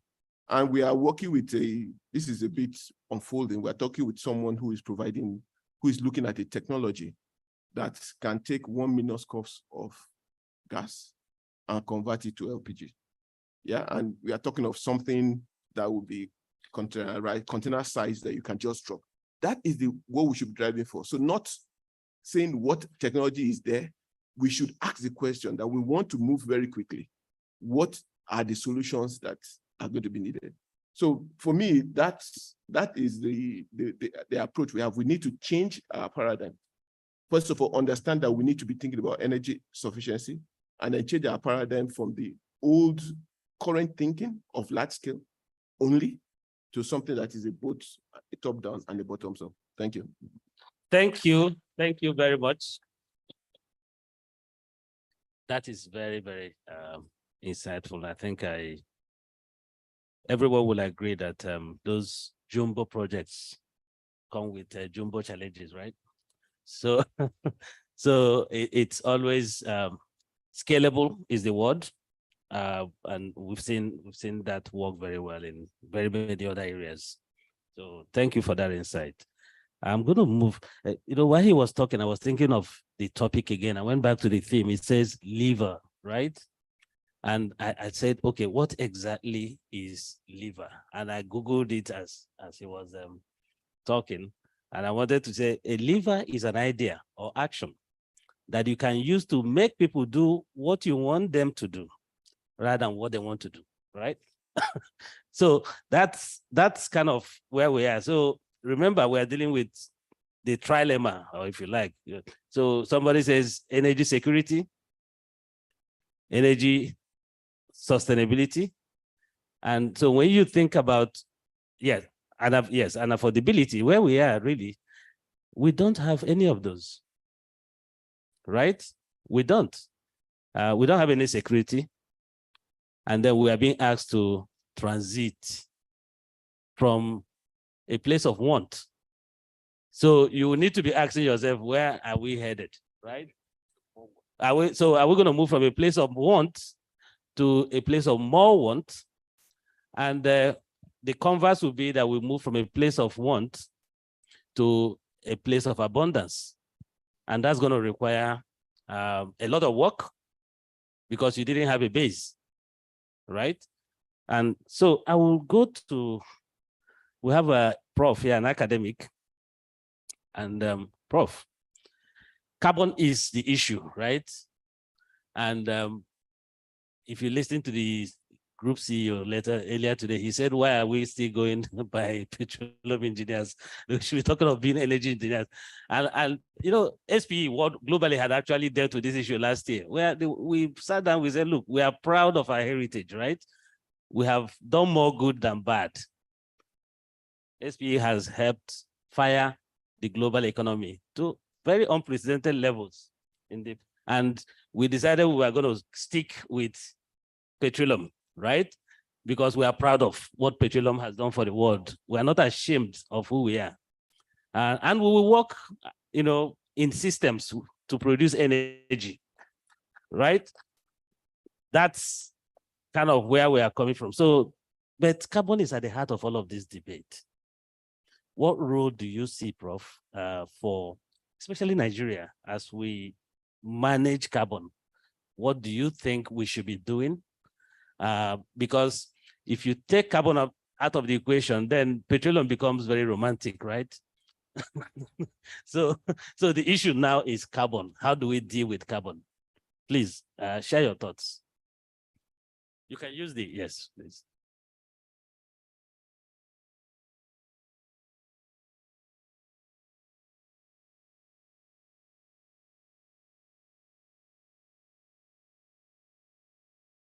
Thank you very much. When you have many people, when they have spoken and you want to say the same thing they have said, it puts you in a very tight corner. But again, the meat of what we are discussing since morning is that everyone is saying the same thing.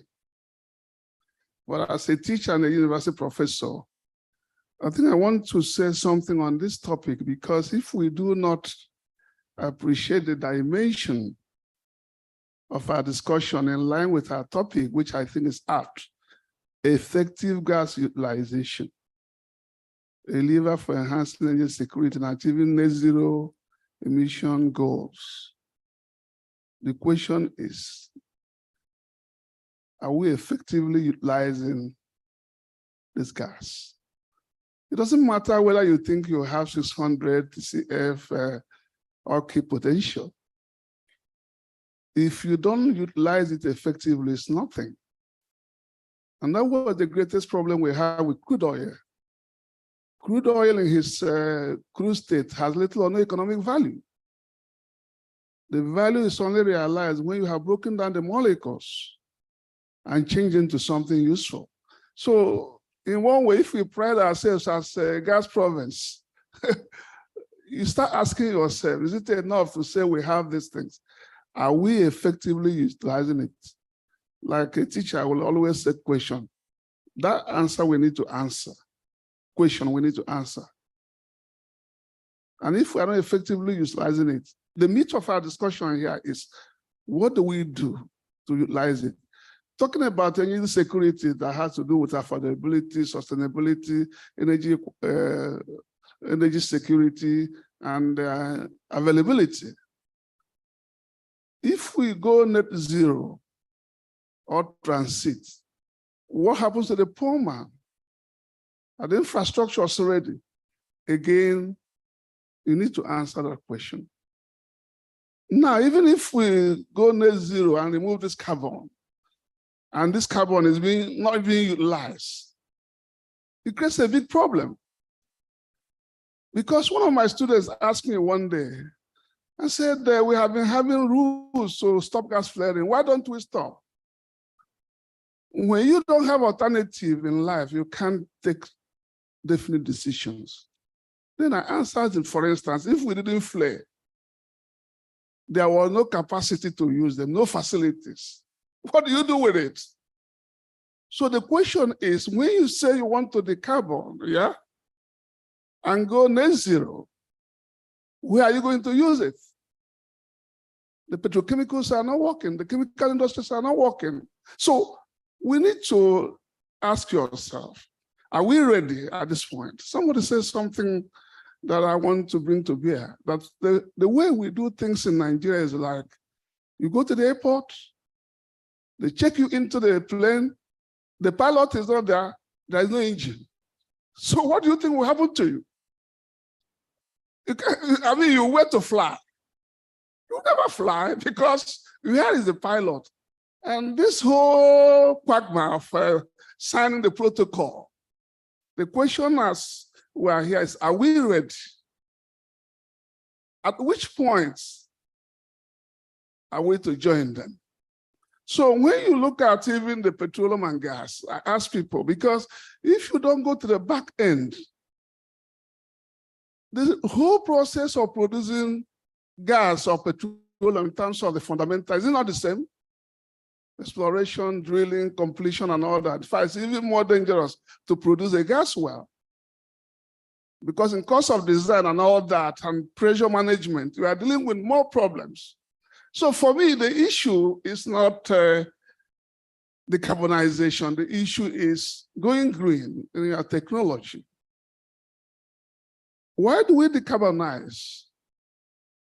We want to make sure that the carbon that could affect climate change or whatever, the global warming, you have less of that carbon.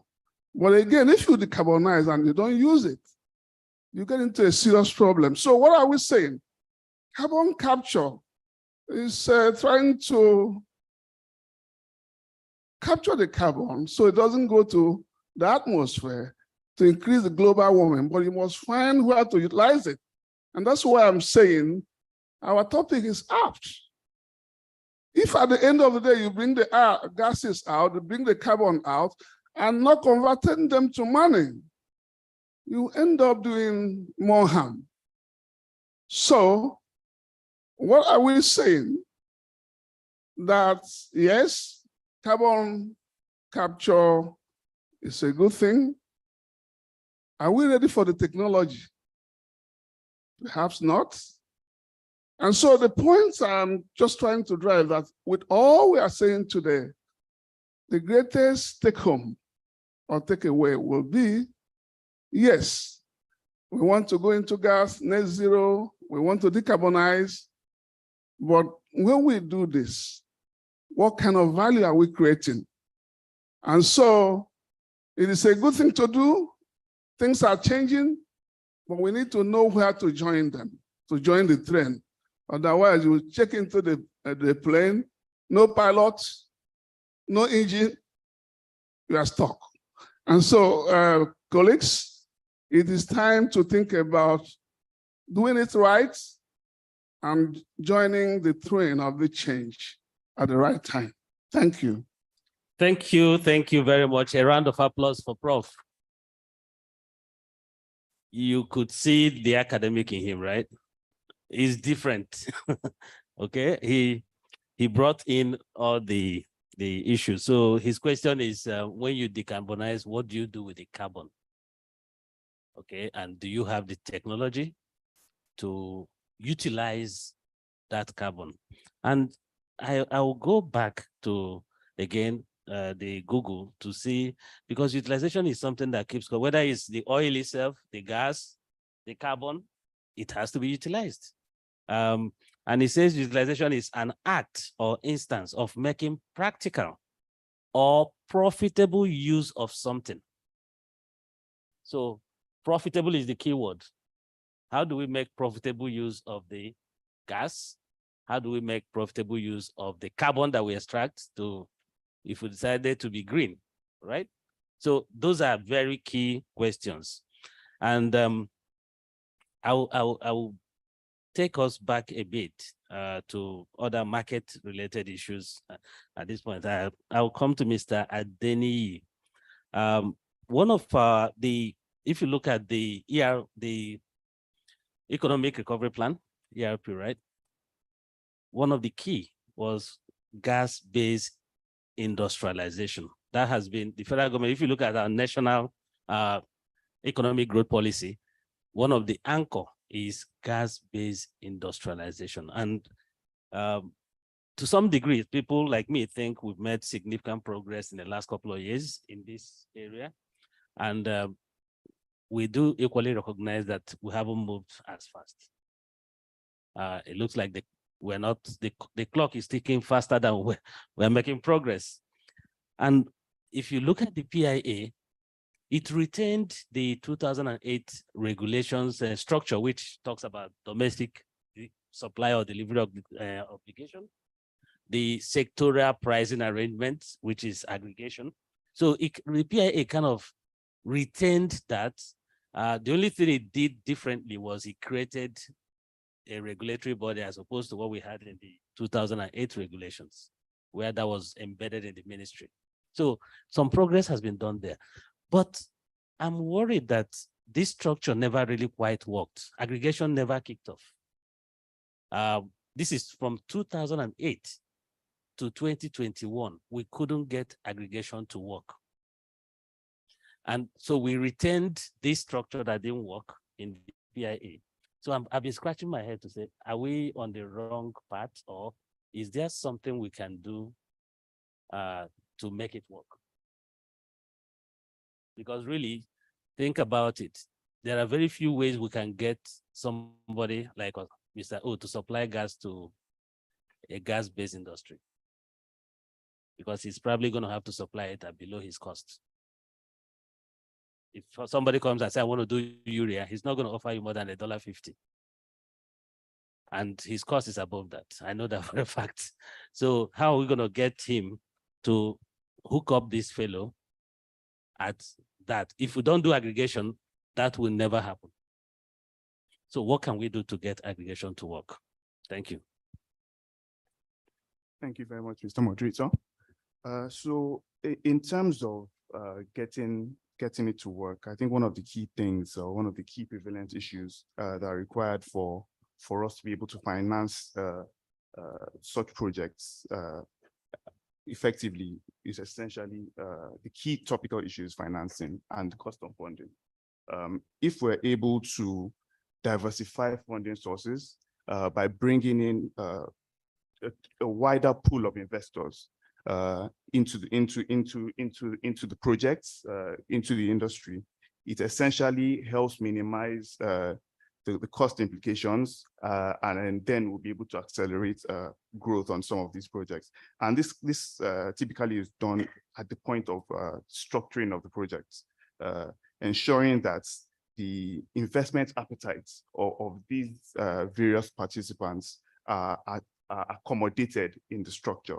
So whether it be the export credit agencies or the developmental financial institutions, the international banks, or the infrastructure funds or pension funds or local banks, there's a need to ensure that their investment mandate is captured in the overall project financing to accommodate their expectations. And essentially, you can also do this through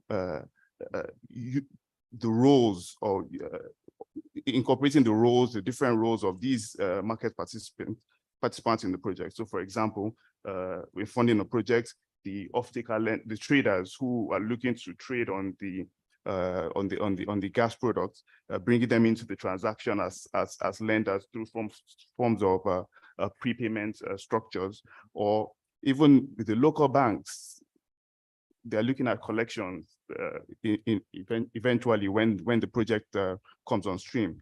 The ECAs, the export credit agencies, where these equipments or the capital intensive equipments coming from, getting that support as well.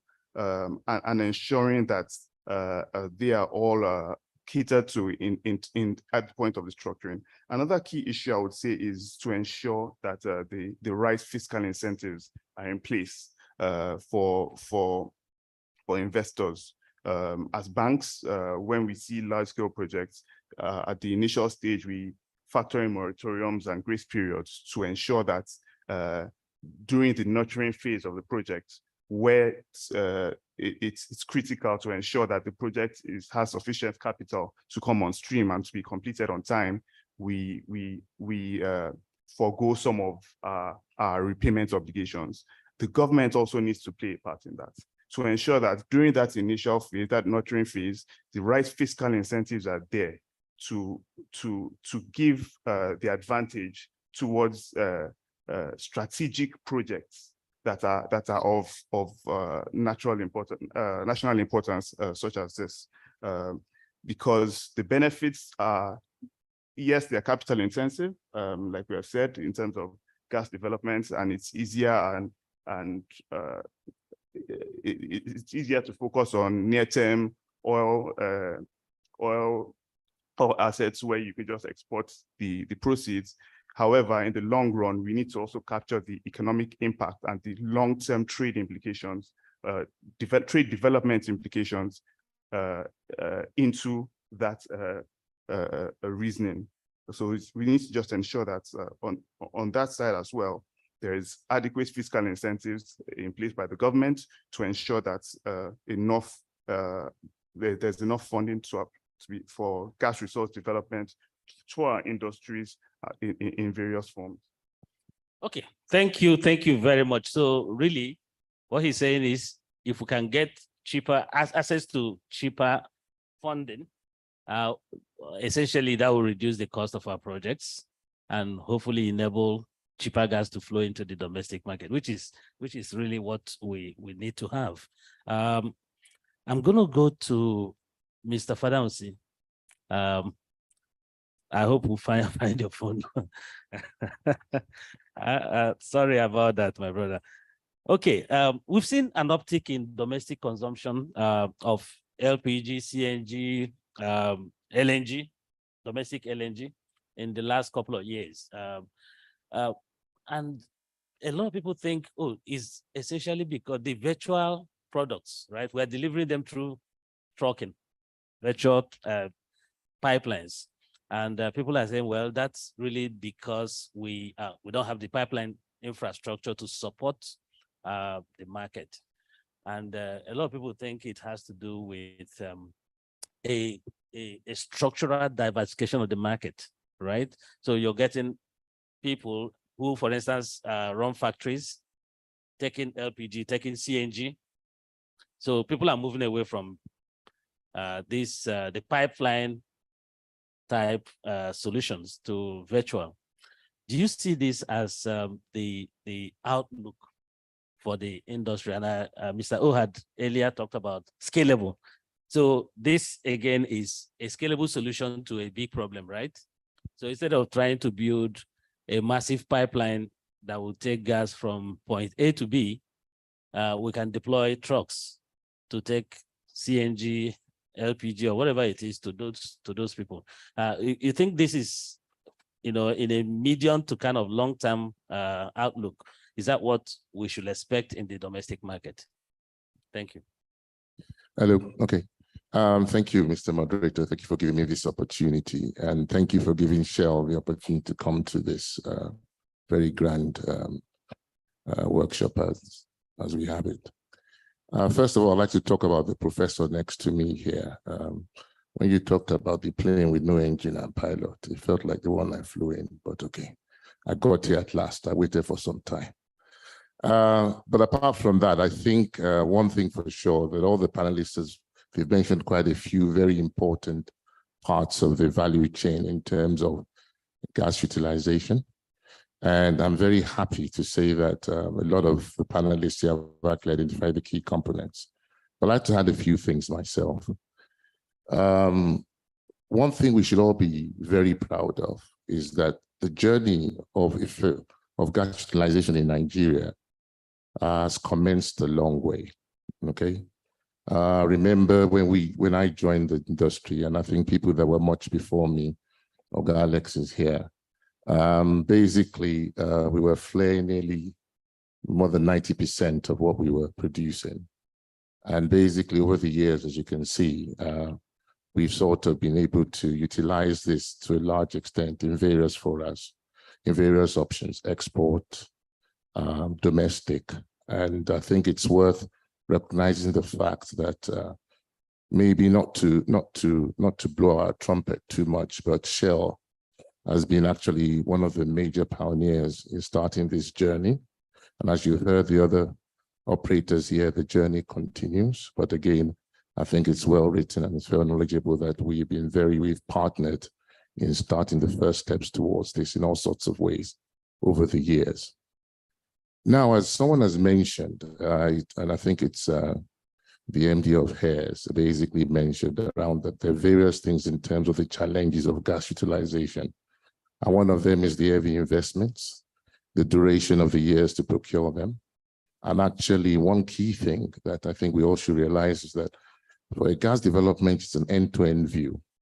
That means one of those developments that you have to know the market first before you start producing. You have to have a good understanding of the market where you're going before you start producing, because unfortunately, gas is not as easy to store as oil. So basically, you have to have the end-to-end view of the value chain and actually start thinking about your contracts at the end of the day.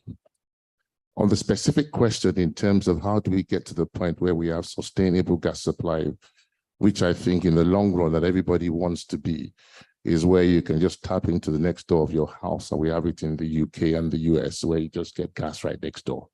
And you can use it for cooking, you can use it for powering, you can use it for all sorts of things. And that does require a lot of investment in terms of basically networks of pipes, both trunk pipes and ancillary pipes to get you there. And as the MD of HARES mentioned, that's cost a lot of money and it's quite a big investment. So you start thinking, how innovative are we? And one of the innovations that you said are these virtual pipelines. That means delivering gas from a sort of a transportation perspective. And I think they're very good. I think they're very good concepts in which they've been able to at least break and start getting people to start utilizing the gas. As you mentioned, we have LNG, we have CNG, we have all sorts of gas, which can be utilized for various, if I may say, various products and various services. I think, in our opinion, I think both the pipelines and the virtual pipelines, the actual pipelines, the distribution systems, and the virtual pipelines have a part to play.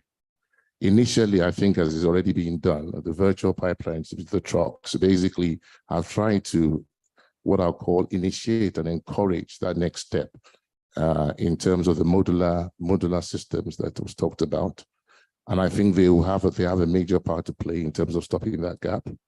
But as you go along in life, I think we will develop to the point, especially with things like the AKK, and of course the Trans-Sahara and the Trans-West African we just heard today. We'll start developing the point that basically we'll start having some pipelines get into locations. But again, can these pipelines get to all the artery locations? Are we never going to be a community that's going to be able to put pipelines right to our houses? That might be a challenge. So I think at the end of the day, it will be a mix. It will be a mix between basically what I call physical pipelines and what you call virtual pipelines. But I think most importantly, for the time we are now, the virtual pipelines are bridging a gap. The physical pipelines are also being worked. We had our MD of Shell Nigerian Gas who has left, Edu Bong. We, Shell, have invested quite heavily in the gas, in the domestic gas in terms of providing services. We're actually building a pipeline to Ibadan now. Of course, you know about we've been supplying OTA for many years. So there is some progress in terms of the actual physical pipelines, but notwithstanding, there is also a place to play for those virtual pipelines. And I don't think they'll ever go out of fashion. I think it'll just be a matter of how we blend them together to actually deliver at the end of the day, the energy security and limit our carbon footprint. Finally, I'd just like to say that in as much as we say to a large extent that we're on a journey of transition, I think it's worth recognizing that journey, we are on it and we're going there. And as you can see, every one of us in the right direction trying to achieve these objectives. And more importantly, and I think I want to recognize the SPE, is the coordinated efforts of this organization that can get all of us on this table to start cooperating together to deliver, at the end of the day, both the aspirations of our country and our business. That would actually deliver the energy security and, of course, limiting our carbon imprint in the same way. Thank you very much. Super. Thank you. Thank you so much. I think that captured the thoughts. You need to get the market going while you step back and do the long-term things that you need to do. But we wouldn't lose sight of the fact that those virtual solutions on a unit basis will be slightly more expensive, right? So it will take time. So you still need to come back to the cheap, if in quote, solutions. But ultimately, that's the direction the industry is going. Okay, I'm going to go. I think we've got 22 minutes. Okay, so we have so another round of questions will be appropriate. Policy. So let's go back. Let's look at the policy side of things. I'll come to you, Mrs. Finney. What key considerations should policymakers consider, especially in formulating policies to enhance energy transition in Nigeria? Okay, thank you very much. Conscious of time, I think these policies and these considerations have been touched on. So we talked about energy security. How are we able to meet our energy needs? Are we providing adequate energy for all the population, universal access? And then the last one is sustainability as well. So I think those are key considerations. Nigeria is a gas-based country, like we've been mentioning. So that's a key consideration, and it should take us forward. But I think before I move on, I'd like to just touch on the fact because access to finance is something that's still very key and it's very important. And we've just touched on foreign investment. So I just wanted to bring the view of local funding as well into this conversation. There is no dearth of local funding, but there is local funding. If you just take a look at the pension industry, for instance, it's about 15 trillion naira currently today. And we need to just be thinking about how we can divert or channel this sort of funding into infrastructure investments. I think that is a very, very important issue. And that's what we've been able to do in the Nigerian Infrastructure Debt Fund. We have almost all the major major pension funds in our fund, and we have been able to fund this sector very, very, very efficiently. So I know we've been talking a lot about foreign investments, just to mention that there is this local funding available, and we just need to change our view. For the Nigerian Infrastructure Debt Fund, this funding is in Naira. You don't want to borrow in dollars. You want to borrow in Naira, which is very important, to fund these projects. Thank you very much. Thank you. Thank you very much. So Mrs. Finney is trying to tell us that what you're looking for in Sokoto is right here in okay, and it's equally in Naira. I've never had anything that sweet. Okay, I'll go to Mr. Adeni, who is equally in this. So she's reassured us, but for some of us who have tried to raise money, we can tell you that it's tough. Most of the entities, when you really look at their balance, there are things they call single obligor limits. So depending on the size of the entity, there's a limit to what they can give to a single customer, right? So that's a major. So my question is, are there things that we can do to aggregate funds, build capacity? Okay. So I'm going to go with you, Mr. Deneji, first. What can we do locally? I see the AfrExim, I see our neighbors here playing in that space. There's been a lot of fundraising from the AfriBank. What's it called now? Not the AfrExim, the other AFD, yes. I see they're active, and you guys as well. What, how can we do to, aggregate your capacity so that you'll be able to pick up big ticket transactions? I'll come back to you, but let me start with him, Mr. Adeniji. So I think in terms of what can be done, first, obviously, on the policy front, the right policies have to be in place to ensure that the projects are attractive enough. One of the key things that came up earlier was on the issue on pricing tariffs. There needs to be more flexibility in terms of the pricing regime, because as investors, the macroeconomic situation is dynamic. Cost of funds are dynamic. Inflation, all these factors are dynamic.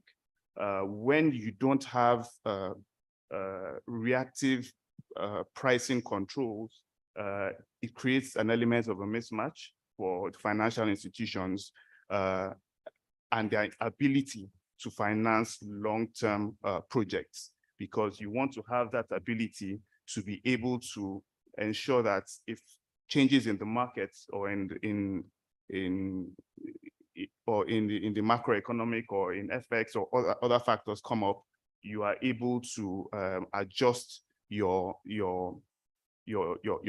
pricing, or be able to adjust your business to be able to settle the obligation. So those are I would say one of the key factors. Another issue is obviously the point on infrastructural challenges, because investment has to be done across the whole value chain.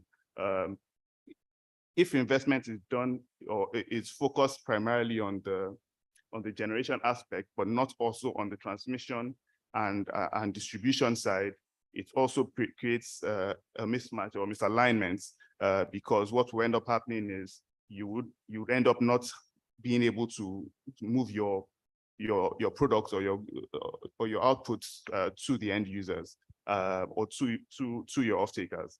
And that's so ensuring that the infrastructure funding and the policy support happens at all the different levels of the value chain to accommodate an end-to-end solution, as opposed to just focusing on getting these resources out of the ground.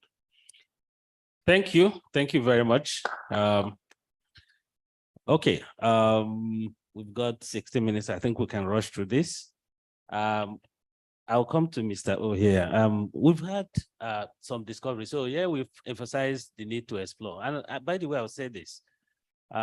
We have about 87 deep water blocks. Only about 7 of them are producing, and another maybe 5 or 6 under development. It means that maybe 7-something of those are either unexplored, or where they have been explored, there's no work being done. So there needs to be some attention. And we've got some fields that are, we have Bosi, huge gas with an oil rim, Uge, Wadoro, right? And they are on the shelf. None of those has any active development program going on. And these are massive gas resources, but they are deep offshore, not too cheap to develop, right? My question to you, being a player here, is what should we as a nation, because we need to get those deep water gas utilized. What do you think will be the critical enablers to make this happen? It's an interesting question, but the way I'm just framed, I don't think that addresses our problem. We continuously are activity-led. So any of those deep water fields, even if we should pay attention to them, you are talking 10 years to get them to production. They will most likely need dedicated development, maybe a floating LNG. But we have a 50% energy poverty today. That is a conversation. The real conversation we should be asking ourselves is, how can we quickly get the onshore gas resources to use? How can we put 5 million scope gas plants integrated with power and refinery or whatever, how can we drop 100 of them all over the Delta with the multiplier effect on the economy, on employment, on power? And that is the conversation. And I mean, if I delve into the question of policy, I think we have enough policy. I think we have spoken enough. What we lack is action and execution. That's the conversation. So I was quite enthused when I liked the GCO saying there are a few things that NNPC have decided and they are going to do. And if their partners won't do it, they will do it. But that is the top-down approach. What is now missing is the bottoms-up approach. So we have the landmines. We now need the mobile phone solution to energy. Okay. That is more grassroots oriented and a multiplication of those that will address our problem. If we are trying to fix our energy problem in 3-4 years, that is what is going to be needed. The large-scale projects would require too much capital that is not there, to require too much securitization, so much risk that it's a problem. And one other thing to mention is that as an industry, we've also run the risk of complexification and over engineering. Yep. If I look at when I joined the industry to where we are today, we had much simpler and more fit for purpose engineering. For the same purpose, you are spending 5-10 times more in engineering cost, in manpower cost, in material cost. And just because we are choosing to take a more complex approach, I do think we need to strip it down to the minimum technical scope to get things done in order to address the existential problem we have today. I'm not so I'm really around. Let's focus on today. And not the 10-year. We need both. I hear you. Yes, but I hear you. To deal with it. You want to make sure that we eat at home here, right? And I mean, nobody can argue with that. However, we can walk and chew gum, right? We can actually be providing for our domestic economy and scanning the environment for opportunities. And I guarantee you the export projects are always going to be expensive because they have to be large to justify the capital costs, right? So, and that's the context with which I looked at those major fields that BOSI, 70CF, things like that. So if you owe, and by May we'll be owing something, like 150 billion US, right? We need to earn money to be able to pay, right? So that we must do a two-prong, feed ourselves, feed other people and earn more money. So we need to take both approaches. And okay. Sorry, this is a fundamental thing. So part of the reason why we are here as a country today is because we built an export-oriented oil system. All the pipelines point south, and you take out the raw products and you export for dollars. Yeah, we did not value add.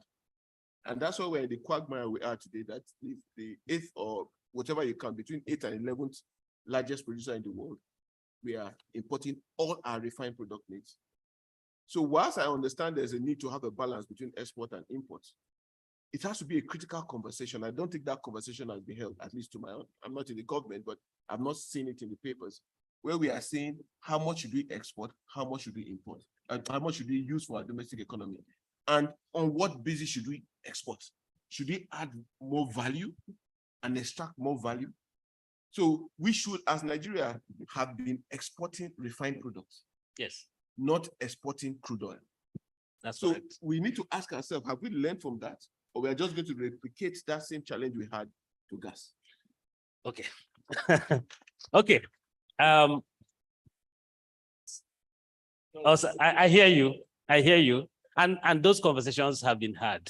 And if you look at like the national petroleum policy, they try to strike a balance. I think the general notion is that we will feed ourselves, but we shouldn't lose sight of earnings. Now, there's nothing that says you must export products in their natural state, their crude form, right? So there is a space there to value add and export products, intermediate or end user products. There's nothing wrong.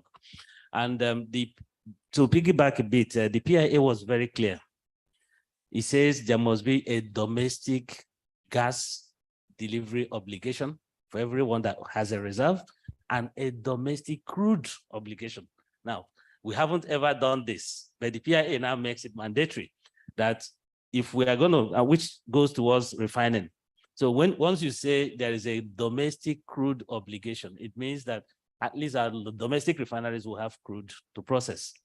So I haven't seen the regulation around that, but I think they're working on something. So they are going to mandate that you supply gas and crude to the domestic market for value addition.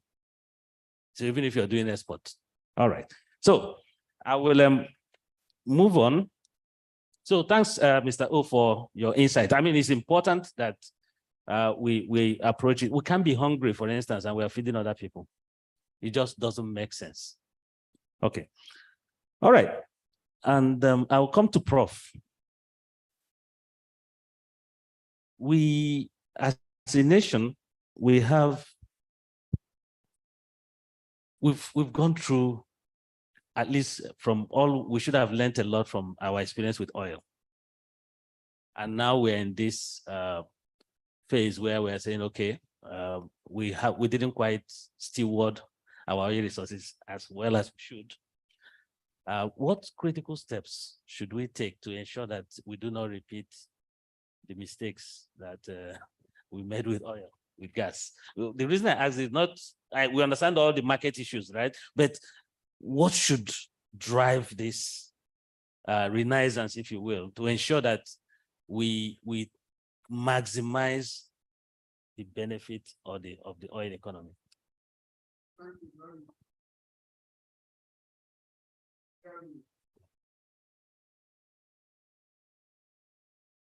Thank you very much.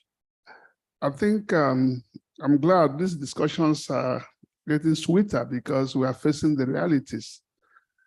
We didn't diversify.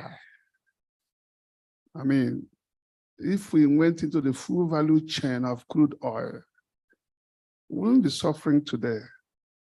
The refineries were not even working, no crude. The petrochemicals were not working. The fertilizer industries, the power. So rather than to look at just one source of energy, because when you're looking at energy security, gas alone might not meet up. So you need to go to investment in renewable energy, the hydro, the wind, so that you have alternative sources of energy, a backup. We also need to have energy mix. Don't throw away crude. So what happened when we changed to new Naira? The old Naira was not there. We all got into trouble. At the point, by the wisdom of the court, they said, let the two go together. Otherwise, some of us would have died. So, it's a professor of petroleum engineering, energy mix. Let two of them go together until we are there. Otherwise, we'll get into trouble. Thank you, Prof. We have to invest in technology and infrastructures, good governance, and of course, human capital development.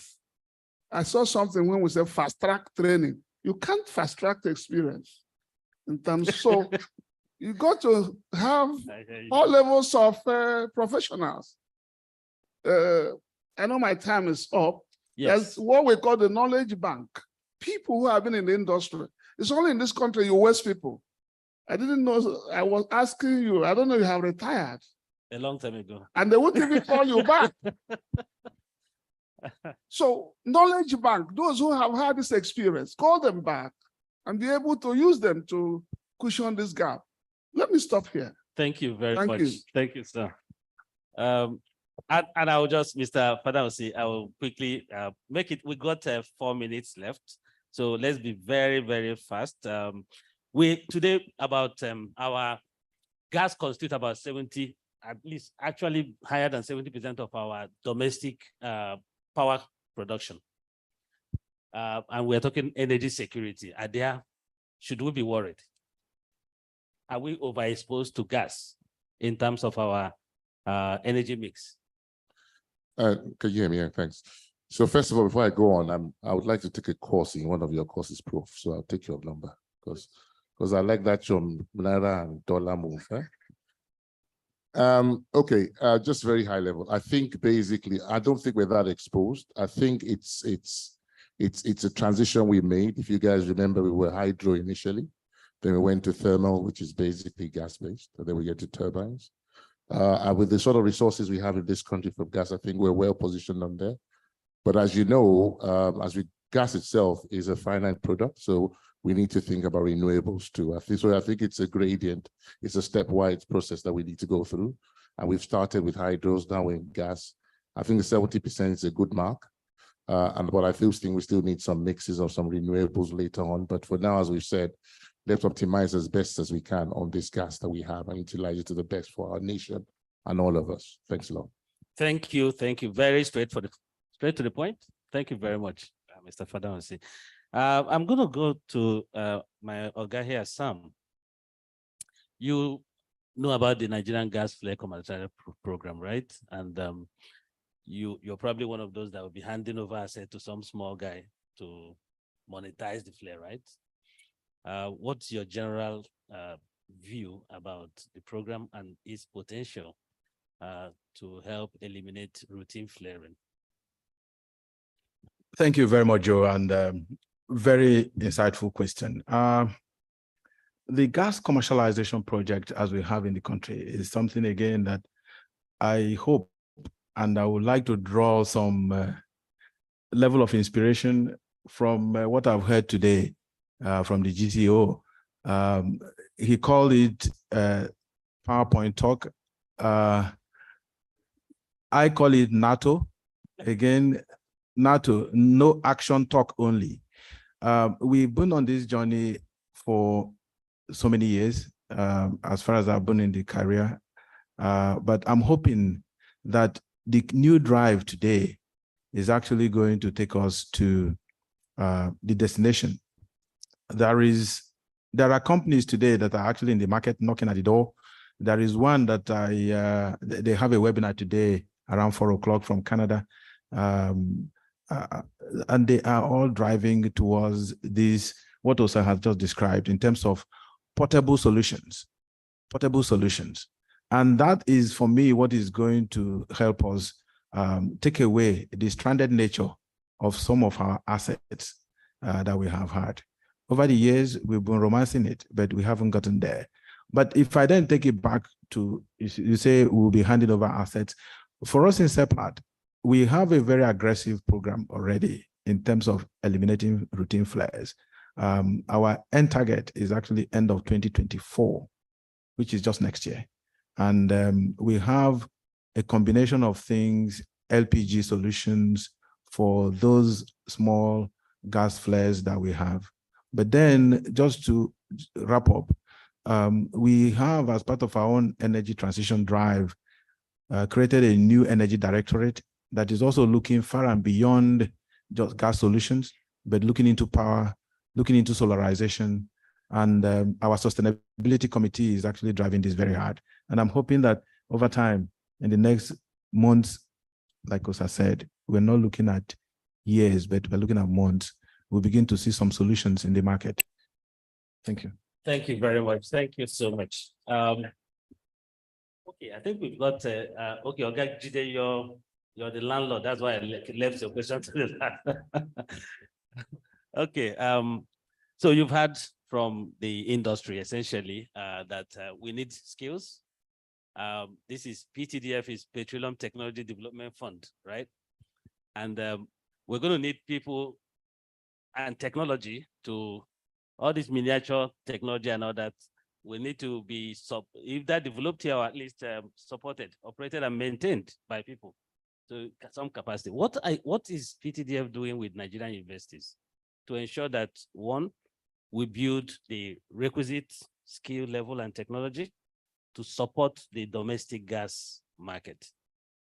Thank you. Thank you very much. Before I talk about Nigerian University, I would like to say that even in the PIA, There is the PIA capacity building framework implementation team that is ongoing right now. PTDF is driving it and we're playing a very active role. And what is the objective? The objective is to train even those people, majority of the people sitting down here that are in the agencies that are very critical to achieving the objective of the PIA.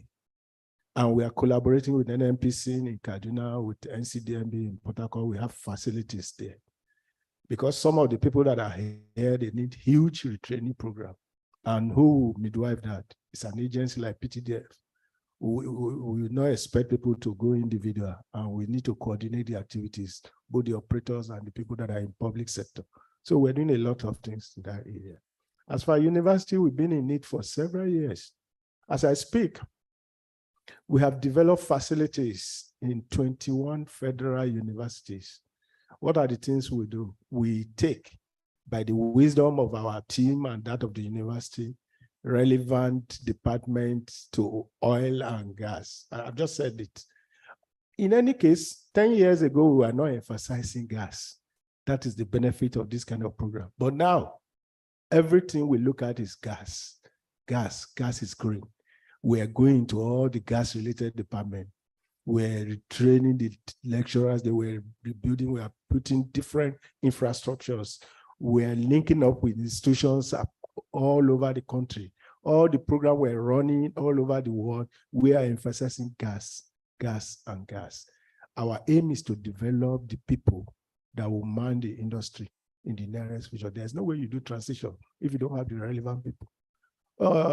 Somebody was telling me that what will we do? What are we doing about Imperial College saying that they cancel petroleum geoscience? They are no more interested because they were looking at net zero and all those things. Well, when we had a meeting with them, we were able to convince them that we thought they were making a mistake, because it's very easy to convert a petroleum engineer to a gas gathering expert than to look for somebody that has no scientific or background. And from our experience in retraining people that are in industry, it takes a little training within and outside Nigeria to convert people that are already experienced in an area of specialization to adapt to another area, rather than to say that you are stopping this program, you are stopping this program, you are stopping this program. So we are working with NNPC, NCDMB, a lot of agencies, the public one in the industry, to enhance the capability and capacity of Nigeria to be able to midwife the transition. Thank you. Thank you very much. Wow, we are completely out of time. So I'm going to be very quick with my recap. So clearly, we are on the right track as a country. All I'm hearing today is that the energy transition challenge might not be as important as the energy access and supply, especially to the domestic market, and that all the critical stakeholders are all keeping their eye on the ball. We need to not just be able to attract investment from the foreign investors, but actually develop the domestic finance market to be able to support our projects. That's very important. We can't always be going out, yes, but we need local capacity finance-wise. So, madam, you take that back to your people and say, we want bigger funding sources domestically. Apple is doing something along that line, an Africa-wide type activity. It will be very, very beneficial. That's one. Two, we need to equally be able to build capacity. And we've heard from PTDF all that they're doing to enable that. And all we can say is, like Oliver Twist, we want more, right? We want more. And then, of course, the insight we got from in terms of project conception, we need to think of scalability. We need to step back a bit and look at what works and how fast, how efficient. That is not always the case that the bigger, the better, right? We need to look at projects and ensure that they are fit for purpose. All right, so I think in a nutshell, that's all. And then, of course, my dear professor has told us that in transiting, it should be well thought out and very carefully implemented so that we don't have the old note, new note problem, right? That's a very important feedback that we get, that when we transit properly.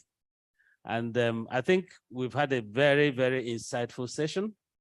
I want to thank the panelists, and I would call it thank SP for finding us worthy to come and have this conversation. I think it's been very, very useful. And I hope that when we come back, we won't be talking about it. We'll be talking about the changes we've seen.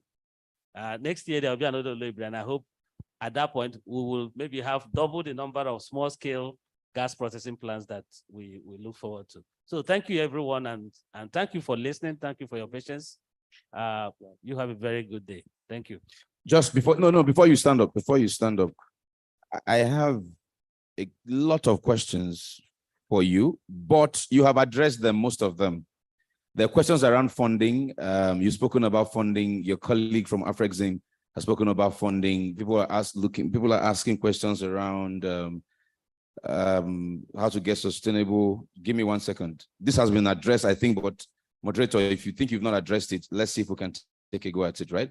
Considering the macroeconomic factors such as inflation, naira devaluation, and high interest rates, what innovative funding models can we explore to unlock a sustainable future with gas? Do we solve our, what's this? This handwriting is unique. That's what I'm asking. It's not like I cannot read English. The handwriting is unique. There's something on population. Anyway, sustainable funding. That's what the last line of what the person has written is quite a struggle. This one is directed at Seplat. An effective ESG framework is necessary for a corporation like Seplat's smooth running. What are the CSR peculiar to an aggressive gas expansion in Nigeria with emphasis on academia and graduates? Keep in mind that there are a lot of young people like that here. The question had more likes than all the questions we have, so we decided to single it out and see. So let's deal with this too, and if we have some more time, I'll bring you some more questions. Yeah, the first one has been, I think, very well answered. Yes. So the second one, Sam. Okay, thank you very much. And indeed, you speak to the heart of Seplat. When you talk about ESG, CSR, and what we do, is something that if you, by any chance, are associated with Seplat, you would have been very proud. Just a few days ago, Seplat was in Abuja here, and we had a program we call C44 or C4C. That is a youth entrepreneurship program where we enable young entrepreneurs, develop them, equip them to start up on their own. This year's edition was on the 3rd edition since the start. We have enabled over 55 young entrepreneurs, and their businesses are thriving. And I just leave you with that as a single example. But beyond that, we are doing quite a lot more in the education sector, in teaching the teachers and developing the teachers such that the education sector in Nigeria will be stronger than it is today. And you know what that can help us to achieve. There is a lot of capital flight today. If you look at most of the old men and women, there is almost 90 or over % of their children out of the country. But we need to grow our own timber locally, and Seplat is deeply committed to supporting that. In this coming month, in this month of April, we will have a lot more in the child education sector, in the teachers education sector, where we continue to drive those CSRs and ensure that we build a sustainable future, because again, it's about sustainable future for Nigeria and for Nigerians. Thank you very much. Thank you very much. Thank you. Okay, thank you, moderator. Just remain seated for, this is what's going to happen, right? We'll give you your plaques. Please, as you collect it, sit down back here. Once you don't, once we're done giving you the plaques, I will invite our vice chairman who will do the vote of thanks. Then I'll call you out for a final family photo, and we're done. We'll proceed to lunch from there. So please just take your plaque and come back here just to maintain some decorum before the vote of thanks. Thank you very much. Okay, Onwards now to the plaques of appreciation. Let's appreciate our guest lecturer, Mr. Abdurrahman Mijinyawa. Chairman, please. Chairman, step forward. Mr. Abdurrahman Mijinyawa, Chairman would be doing us the honors of appreciating this guest lecturer and our moderators. Can we proceed to the chairman? Can we give him one more round of applause, setting the stage for what has become quite an engaging conversation this afternoon? Thank you, AR. Next, I call on our moderator, Engineer Joseph Mwakwe, former council chair himself. Please come. We put the hands together for our moderator. He's also done a stellar job driving the panel. Well, thank you so very much. Thank you, thank you, thank you. Next, we'd like to invite our former council chair as well, Engineer Sayende Igihon, CEO, Hess Holding Oil. Thank you, sir, for your insights. We appreciate it greatly. Mr. Sam Ezugwori will be next, representing CEO, Mr. Brown. Thank you for bringing us the Seplat perspective and your own input as a seasoned expert. Next will be Engineer Eloho Aiboni, represented, of course, by Engineer Fadansi. Thank you. And thank you so much, Engineer, for your calmness in delivering your assignment in spite of the obvious. Please, let's give him one more round of applause. Thank you so much. Thank you so much. We appreciate that. We appreciate that. Thank you so much. Next will be Mrs. Kanayo Awani, of course, represented from Afrexim Bank, please. Let's give her a round of applause. I give him a round of applause representing his principal. He's giving us insights as to funding and how we can better prepare to assess same. Thank you, and our best regards to your principal. Next is Dr. Guzo, represented, of course, by Mr. Debulain. Thank you so much. You not only give us venue and money, you give us wisdom. Thank you so much, PTDF. SPE is full of gratitude for your continuous partnership and support. Thank you, thank you, thank you. Next is Professor Joel F. Ogbonna. Of course, you cannot fast track expertise, right? So many wise words from the erudite scholar on today's session. Thank you so much. We appreciate. And of course, Senior Vice President of Infrastructure and Climate, Chapel Heat Denham, Mrs. Ifoma Finney. Thank you as well for opening that floodgates and how we can access funds on this session. Thank you so very much for your insights. We appreciate it. Thank you. So once we're done with the vote of thanks, all of you will step forward with your plaques and take picture with our council. Please take your seat for now. Let me welcome our Vice Chairman and incoming Council Chair, Mr. Salahuddin Tahir, who will do the vote of thanks. Tahir, please put our hands together for our Vice Chairman. Thank you for the vote of thanks. Thank you, Richard. Which one?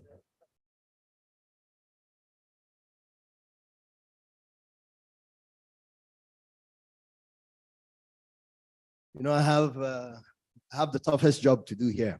And I'm sure people will be wondering, why is it the toughest job? When you've had people on the panel discussing. Well, I view it as the toughest job because I'm wrapping up the session and we're all leaving. And I'm sure that all of us have had a wonderful time, you know, rich discussions. So I'll just go ahead and stand on existing established protocols. On behalf of the members and leadership of SPE in Nigeria, I want to especially say a big thank you to our sponsors, PTDF. A while back, I was having a discussion with Abdurrahman here. You know, we're talking about skill development. So I would want you to know, sir, maybe you would extend that to the executive secretary. You know, Dr. Habib was actually a PDDF scholar. Mustafa Lamurde was actually a PTDF scholar. Abdurrahman was a PTDF scholar. I am a PTDF scholar. So basically it's there. You're developing skill for the industry. And Professor Olaleko Olafui was a PTDF scholar. So definitely you're doing something right. And I'm sure there's several other people in the industry you would love to be. Yeah, so you're also a PTDF scholar, sir. Oh, you want to be? Just to add it that PTDF is doing the right thing. You're developing manpower, and there are people in high places in the industry that have, earned and really gotten enough value from PTDF. Thank you very much. Seplat Energy, Green Energy, Kenyon International for your continued tremendous support to SPE Nigerian Council, and especially the SPE Olobri Lecture Series and Energy Forum. That is not to say we're closing the gate. Sponsorship is open. Please, as many as you can come. We would take, because we want to disseminate that knowledge. And that is what we're here for. I also want to specially express sincere gratitude to the permanent secretary, though he is gone, Minister of Petroleum Resources, Ambassador Gabriel T. Aduda, and then of course, my boss, Mele Kolokeri. We look up to him. He is a shining example, and we will always remain proud of his achievements. The Commission Chief Executive, Engineer Benga Komolafe, the ACE, the ACE, Engineer Farouk Ahmed, their representatives, and all our highly esteemed speakers for honoring our invitation and for providing your thoughts on effective gas resource utilization, which is the overarching and theme of OLEF 2023. Gas. I sleep gas, I eat gas because I've been in gas for maybe almost 20 years. And I know the importance of gas. So when I see things like this, it gladdens my heart. We know that gas can move Nigeria. That is what we need. Effective, efficient utilization of gas. With that, if we can unlock this gas, if we can actually, I've seen several sessions. We come together, we discuss. If we can just implement half of what we discuss from such fora, I can assure you, we would unlock that gas and it would be the best for ourselves, Nigerians, and the country as a whole. Permit me also to say thank you to all the invited MDs of the companies, the head of organizations. A lot of people are online. Thank you for hanging on in there. Your participation is much appreciated. We as SPE Nigerian Council are committed to documenting all the discussions that have come on this floor today. We're going to put it together as a communique, and we will be coming to your doorsteps. The legislators, the oil IOC, the NOC, the regulators will be coming, the consultants, just to ensure that we follow on through with the discussions. It's not PowerPoint. We don't want PowerPoint. We heard that today. We want action, and we would follow up to ensure that that action is derived. May I use this opportunity also to invite all of us to NIAS 2023. NIAS 2023 will be coming up July 31st to August 2nd. Please come. There is value. This is the little we can do for our industry. Sponsor such events, attend such events.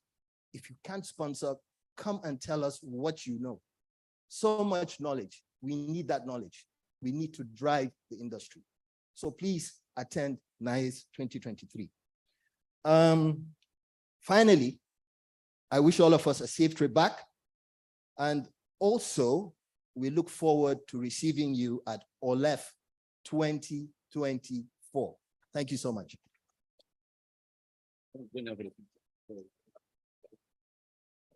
Please, you can come now for the pictures.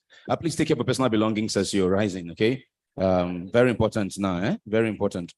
Please, just come for the pictures, come for the pictures. Council Chair.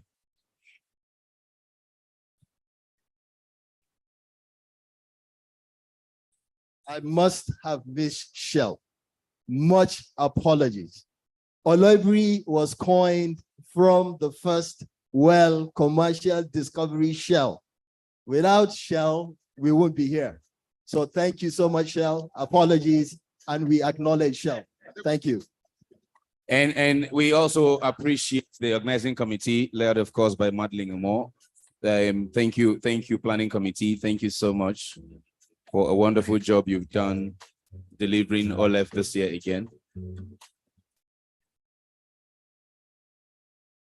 Lunch is served. If your tag says VIP or official, you will go to the VIP holding room for your own lunch. Every other distinguished delegates, please proceed to the dining area of the PTDF for your lunch. Wherever you are, please take care of your personal belongings. We're still tracking and trying to find the suit-wearing thief who took our speaker's phone. Hopefully we'll find him. I've asked the security operatives to dash him 3 slaps on my behalf. So please take care of your personal belongings. It's critical, it's important. Enjoy lunch and see you, as the vice chairman said, at NICE OLEF next year. And of course, if you have the invite, see you at NIES in 2 weeks or less than 2 weeks here in Abuja. Godspeed to your destinations. Okay, so please, go ahead. Please, if you would like a takeaway pack, and I'm talking to my Muslim brothers and sisters, if you would like a takeaway pack, kindly talk to Tracy. Where's Tracy? Tracy and Tracy wave. Okay, talk, Tracy, please. Tracy, come up here. Come up here. Talk to Tracy and Dr. Yetunde here, the 2 women to my left and right. If to our Muslim brothers and sisters, if you need a takeaway pack, please talk to any of those two. Oh yeah, of course. Lent is for Christians as well, of course. Yes, indeed. Yes. So if you want a takeaway pack, you know, whether you're Muslim, you're Christian, if you want takeaway pack, please talk to any of the 2 women to my left and right. Meanwhile, there's a lost and found key. If this key is for a 2024 Toyota, just give me the ownership change of ownership. Otherwise, I'm looking for the owner. Juwon, can you come and hold on to this, please? Please hold on to it. Lost and found car key, okay? You know what you do to people, you give it to the person. Before you give somebody, go to the person more to go. Eh? Make the person prove waiting there for that bunch before you collect them.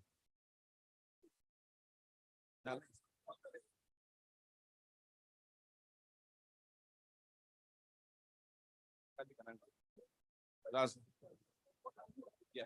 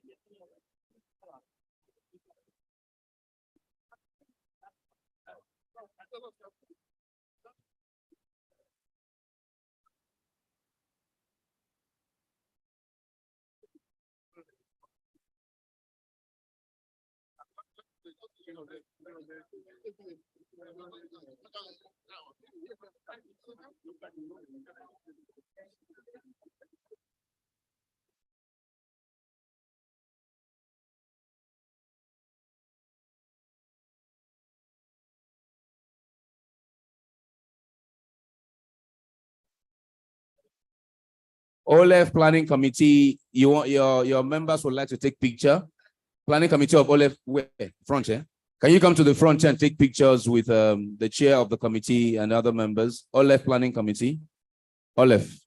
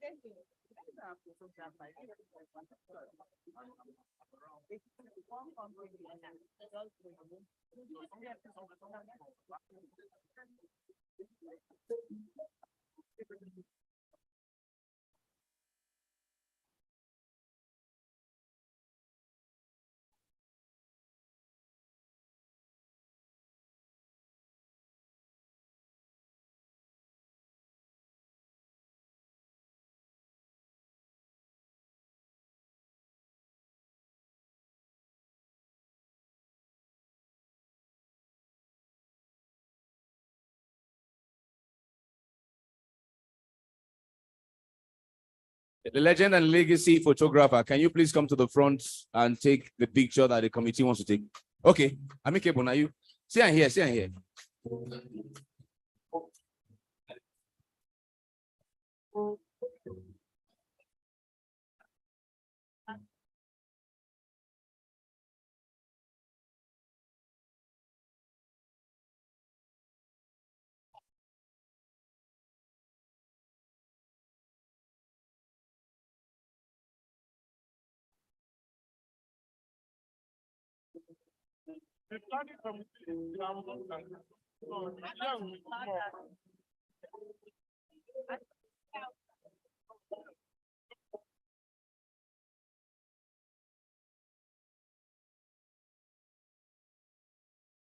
Speolef Planning Committee, please come around for the photograph. Speolef Planning Committee members, please come up the podium for the photograph. Yeah.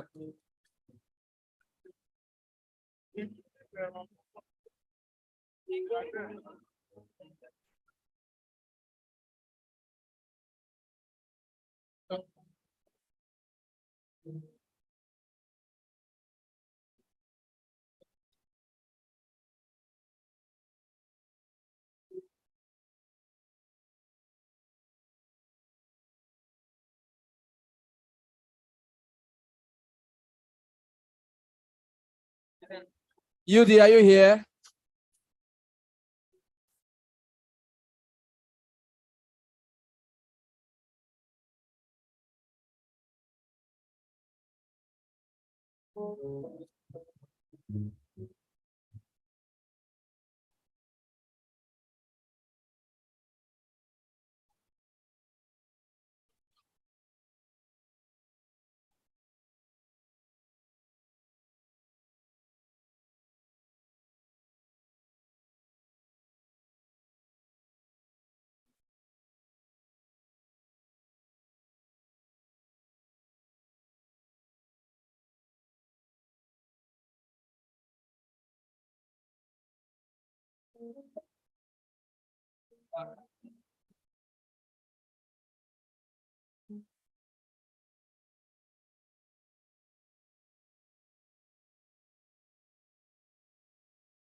Okay. Our Muslim brothers and sisters and Christians also fasting. When you get to the canteen or VIP holding room, your food will be packaged for you.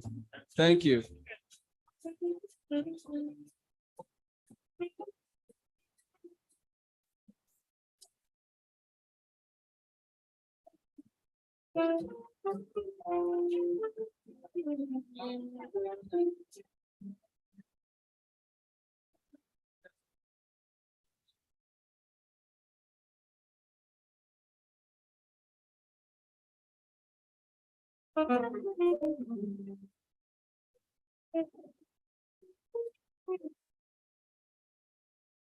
Also be informed that this car key is still in our custody. If you misplace your car key, please come